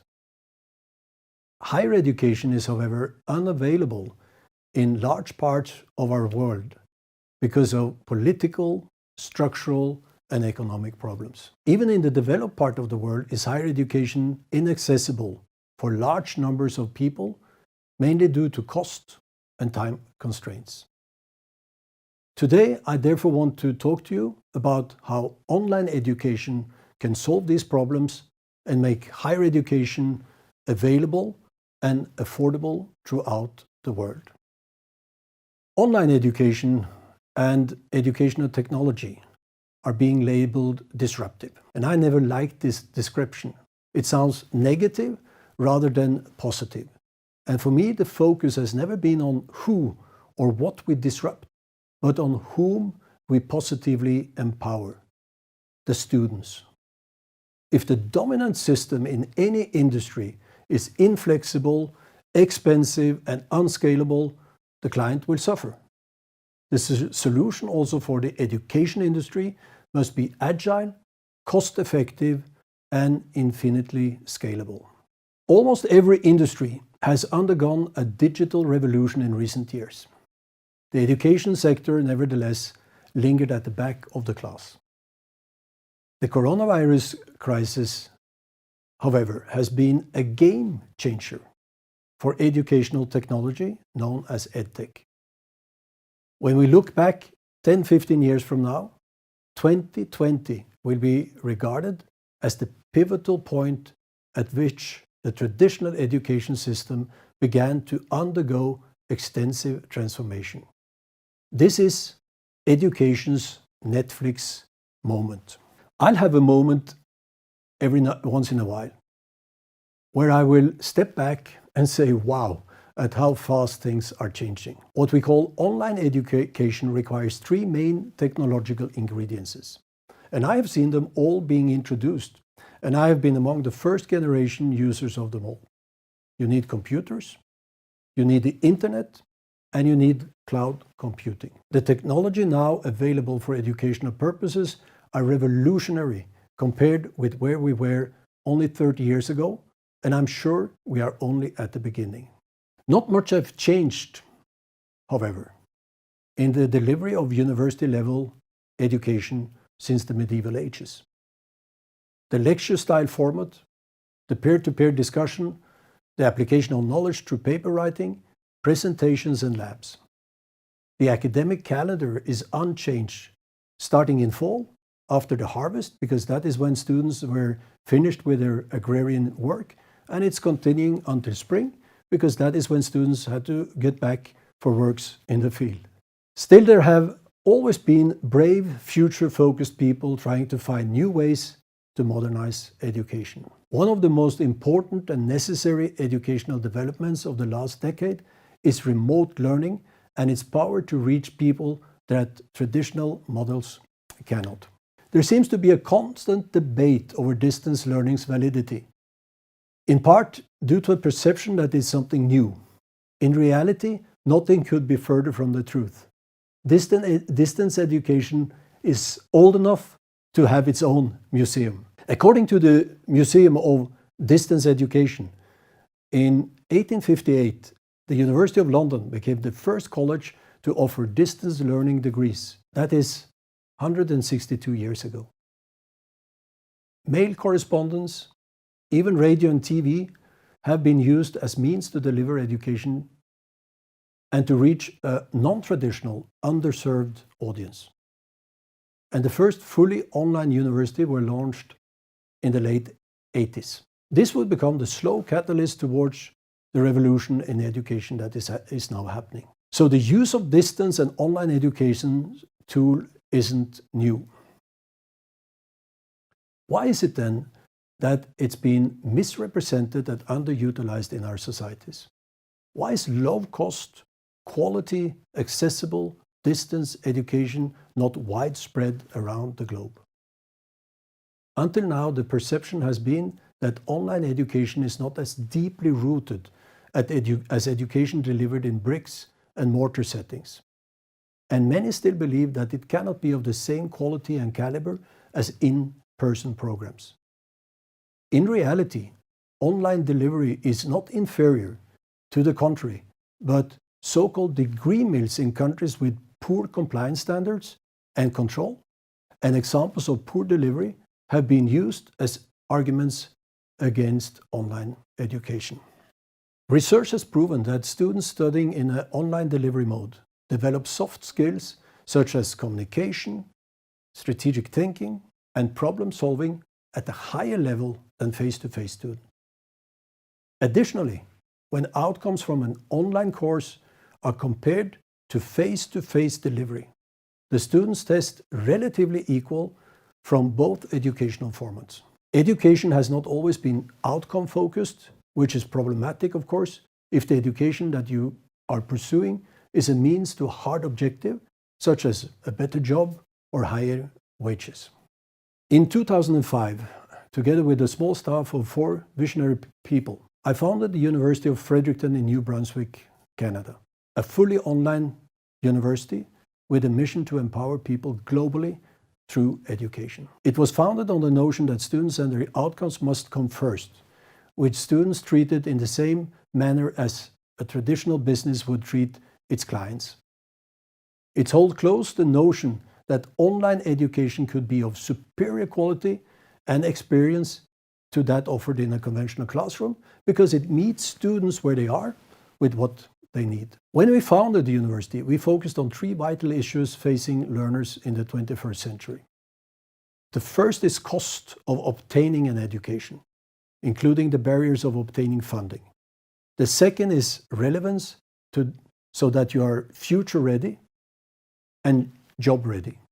And the third is to create flexible options and academic pathways to overcome the barriers of hectic lives and competing priorities.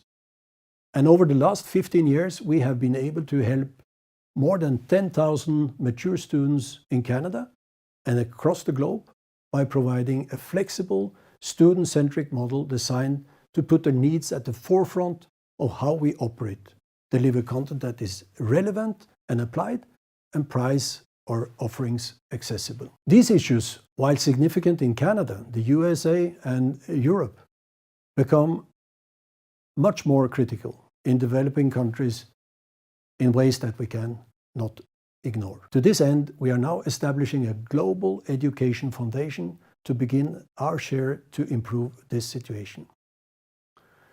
Raising education levels has a direct correlation with many solutions to poverty, and also the best means to prevent human overpopulation. According to UNESCO, if all students in low-income countries had just basic reading skills, an estimated 171 million people could escape extreme poverty. If all adults completed secondary education, we could cut the global poverty rate with more than half. Imagine if we could then elevate these students to post-secondary education.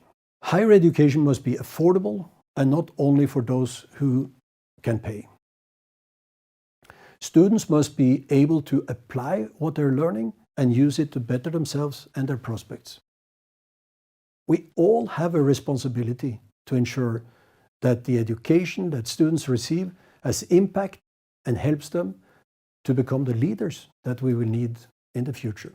So accepting that distance education is not new, but has been successfully educated learners for almost 200 years is the first step.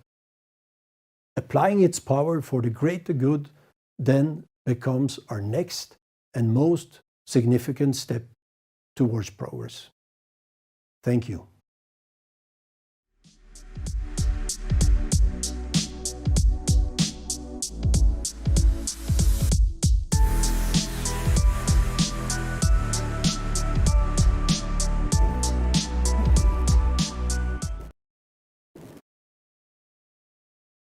Thank you, Shaitel. That was very informative. I'm now excited to hold our second Q&A session with the speakers of our second half. Can you all hear me? Yes. Okay, great. Welcome, everybody. We will again start the same way like we did last time. David, the first question is for you. In what sectors do you see most potential for the use of augmented reality? Ooh, great question. Tough question as well. So I see, I mean, obviously, for me personally, I feel like we can use it everywhere. If you ask me about business impact, it might be in sectors where there's a lot of highly specialized skilled people are needed, which are very difficult to find, for example. But in general, every one of us can actually benefit from augmented reality. Just if you think about how could we teach each other new things? How can we quickly solve a problem that comes up at home? So the sectors of applicability actually are all around us, basically, where people need that additional information. In terms of business usage, definitely onboarding scenarios, but also supporting, as mentioned in the example, I would say now lesser skilled people who need that boost in skill or knowledge to actually perform a task. Okay, thank you for answering that. Wonderful. Then our next question goes out to CJ. CJ, how do you think the mentality and drive for survival comes about, and do you think it's something that can be learned by non-traditional underdogs? Very good question. I think it definitely starts with your surroundings. I think challenges build character, And once you start building character, you sort of find a way to survive. So I would say that it definitely comes from the sphere of the surrounding and what you take in as well. Once you understand the position that you're in, I think as human beings, our general drive is to be able to survive and be able to come up with new solutions and be able to come up with new ways to solve problems. So I would say it can be taught, but I think it's sometimes a hard lesson to learn. But I would definitely say it comes from your surroundings, where you are and what's happening in that present moment. Do you think we can put ourselves in surroundings like that to learn So what I think, what a smart thing to do is you wouldn't necessarily put yourself there, but just like how a basketball player or someone, an athlete will learn about the game is by watching game film and getting close to it as possible. So, for example, if you're a big company or an individual that's not an underdog in a situation, the only way to learn the character traits and understand what's going on is to put yourself as close to them as possible. Support them. Find someone that a smaller company or something that supports the same cause you do or something you care about. Get as close to them as possible. Learn how they're solving these situations. Learn, support them, and push them forward, and be in the rough with them. You don't necessarily have to be there like your company or you as an individual have to be there. But the closer you get to people in situations like that, you tend to build an understanding. And I think it's also a good message because then we'll be able to support each other. And and the big players and the underdogs can play in the same field and understand each other. Wonderful. Thank you so much, CJ. Our next question goes out to Rachel. Rachel, can you hear me? Mm-hmm. Yes, okay.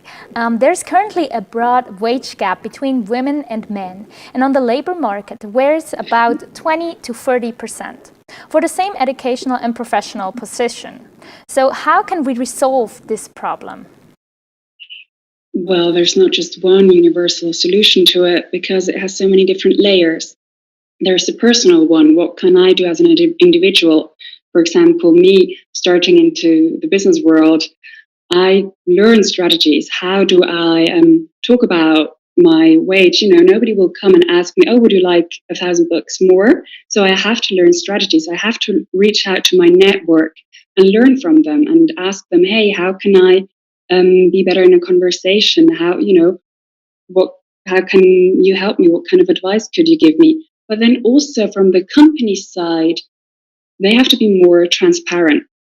If the HR realizes, oh, okay, we have to be more transparent and give out better information, then I, as a person, especially as a woman, can see, okay, I earn 25% less than that person, and it's not fair. And then I can talk about different benefits. And then, that already starts with the whole board. If there are like 2 women on the board and 12 men, probably they won't take great care of diversity and especially equality. So I think the companies have to make the first step, but then I, as an individual, really have to make sure that I vocalize my needs too. Being open with your own wage as well and communicate. Yeah, wonderful. Thank you, Rachel. Then our next question goes out to Shaitel. Shaitel, are you here? Can you hear me? I hear you. Perfect. Yeah. Okay. How can we make online education more accessible for poor countries? Well, I think we need to find models to finance this internationally, both at private and public level, through foundations, through different kinds of international cooperation. It's a unacceptable situation that we have qualified and talented people around the world that simply cannot afford to get a higher education. So one step, what we are doing in my company, we're setting up a global foundation to finance this. Wow, amazing! Thank you. Then again, back to David. I may add that no education can be for free. It will. Education is expensive to produce, to deliver, so it needs to be financed. But that's where the solution needs to be found. How to finance it. Thank you, Shaitel. And back to David again. How do you think AR might change the role of experts in our society?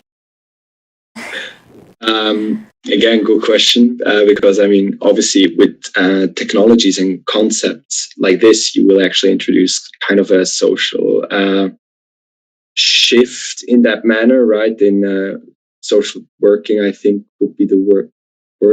I don't know what the exact wording here would be, but nevertheless, we will never have a situation where we don't need experts, because in the end, somebody will need to actually write or explain other people on what we have to show, even in augmented reality, what the process is. So there will always be at least one expert on it.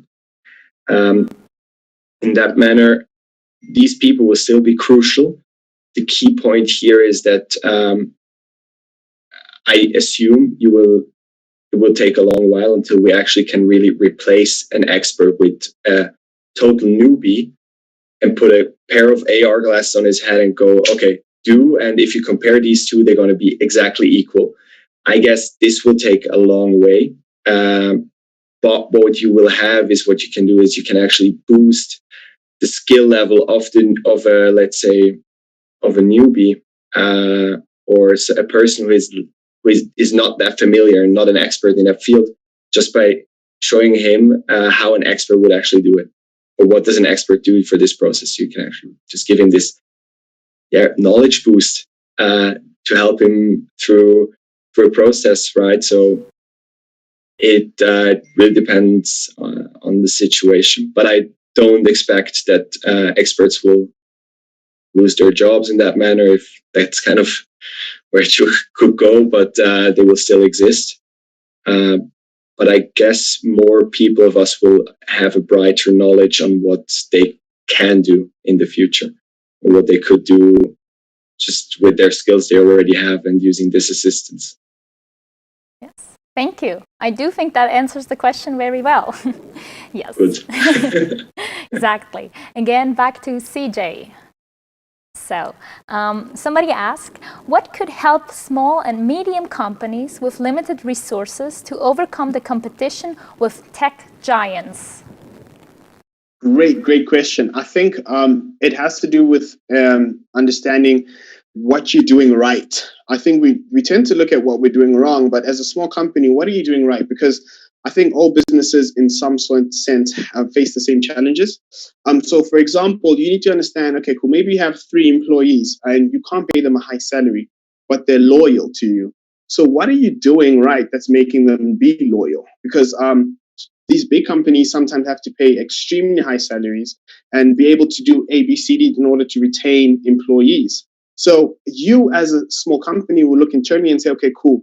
Maybe what I'm doing right is I'm actually understanding them. Number one, I'm speaking to them. I understand their needs.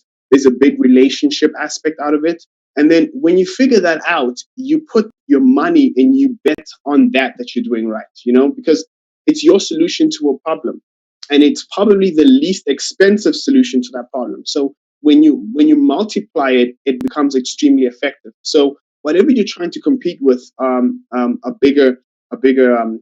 a bigger company or a bigger player in the market or in that type of sense, I think understanding what you can do right and having the pure brass and like I said, not being able to having the pure focus and saying we're not going to give up and pick extremely difficult strategies. That's what underdogs are known for. So I think that's how you can go and take on these big entrepreneurs. I mean, these big companies and so on. Is because the very thing that makes them scary and big is the very thing that gives you an advantage, because they can't move in certain ways and you can. So I think that's the best way to do it. Thank you, CJ. Thank you very much for that answer. Next, Rachel.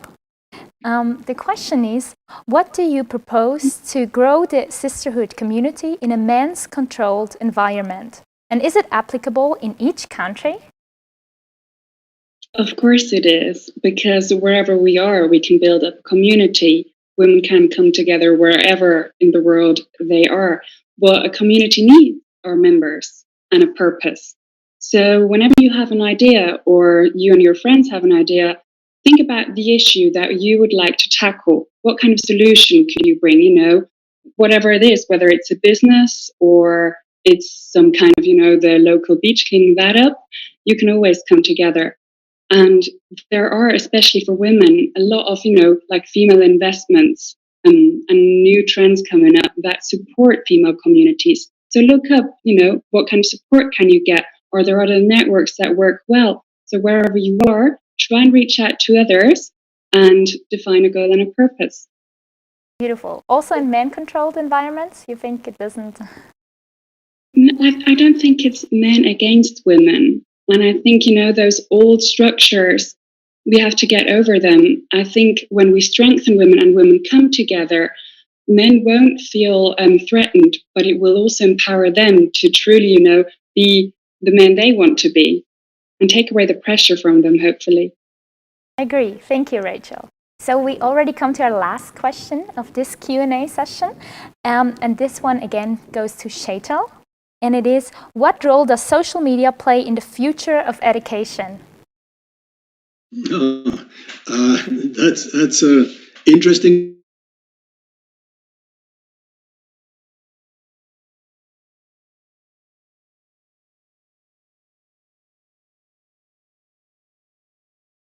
What is offered in the market, but maybe social media could also become a channel of training and courses and not only communication but learning. But I really don't know. The others have an opinion on that? Is anybody else? CJ? I think it was a good answer. I think that makes sense. But yeah. I think we need to understand that social media is what a lot of the youth is going to consume in terms of just learning. And as people say, education doesn't only happen in the classroom; it happens everywhere you look. So I think being able to curate and create entertaining educational means through social media could be a very effective tool as well. But yeah, as you mentioned, I think social media does play a massive role in the promotion and the structures around different educational sectors and also educational entities. But I think it can be a very powerful tool.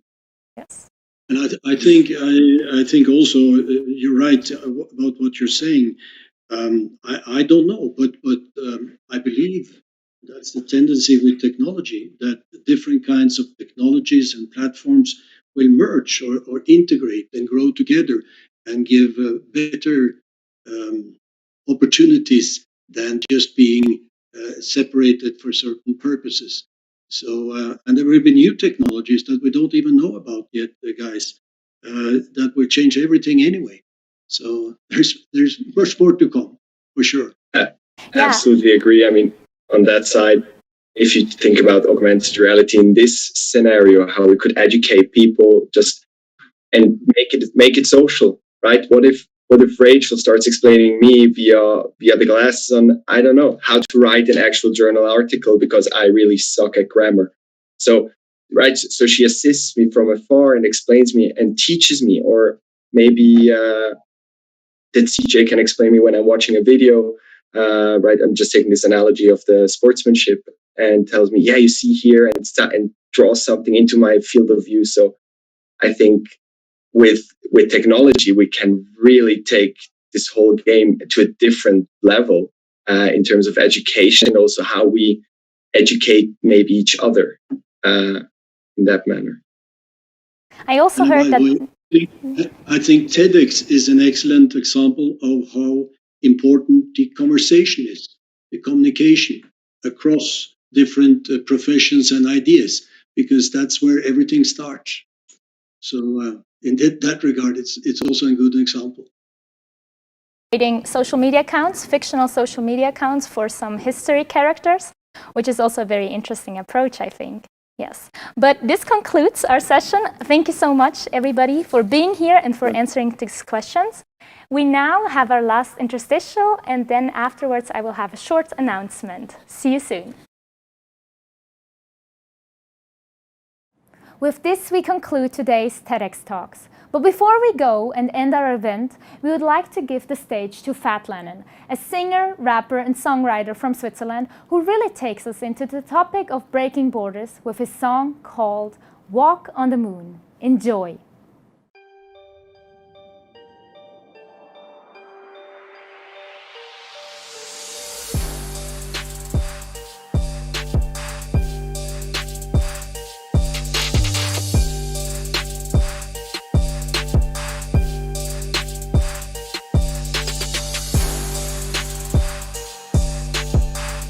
Hi guys, it's me, Fat Lennon. I'm a singer, rapper, songwriter from Switzerland. I'm here to perform my song Walk on the Moon for the subject Breaking Borders. I hope you really enjoy it.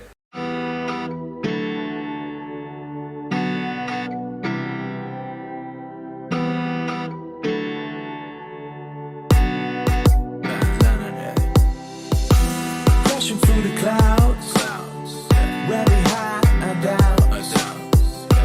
Dance with the stars, in kiss of some Mars. There's no beginning and no end, and the time seems to expand.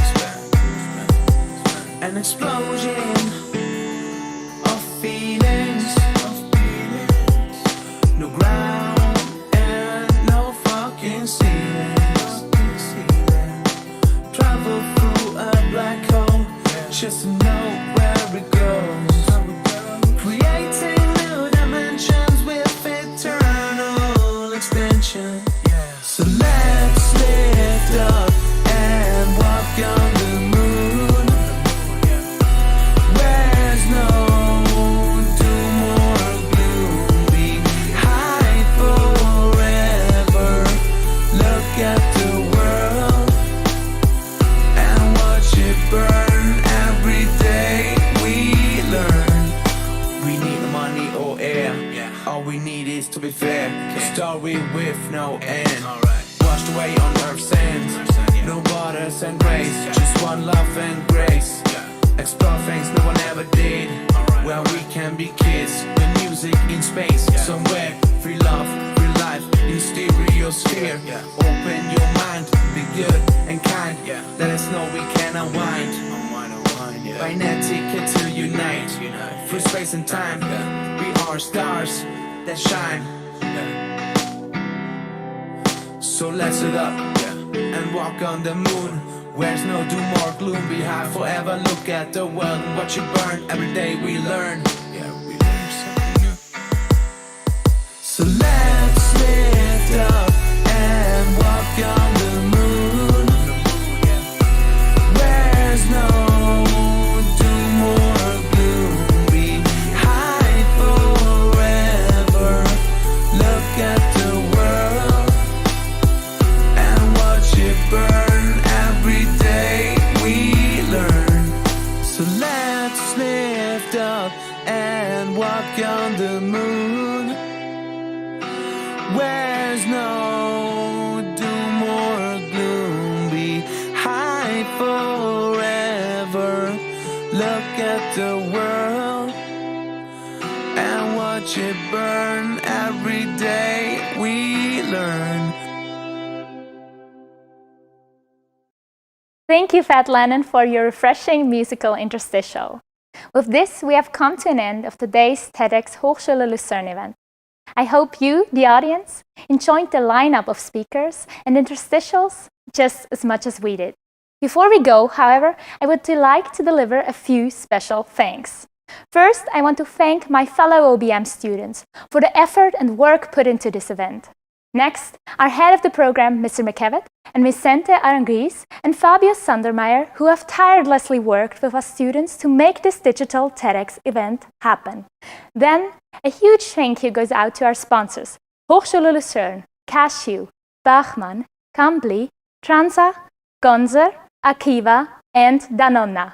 We appreciate your support and couldn't have done this without you. Then I again would like to thank our speakers for their time and valuable insights. Thanks to you, this has become a truly educational and inspiring event.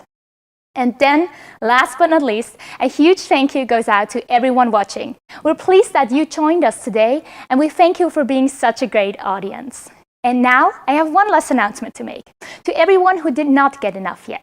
Directly after this event, we're holding a discovery session on the platform Wonder, to everyone waiting to network and exchanging some thoughts and ideas.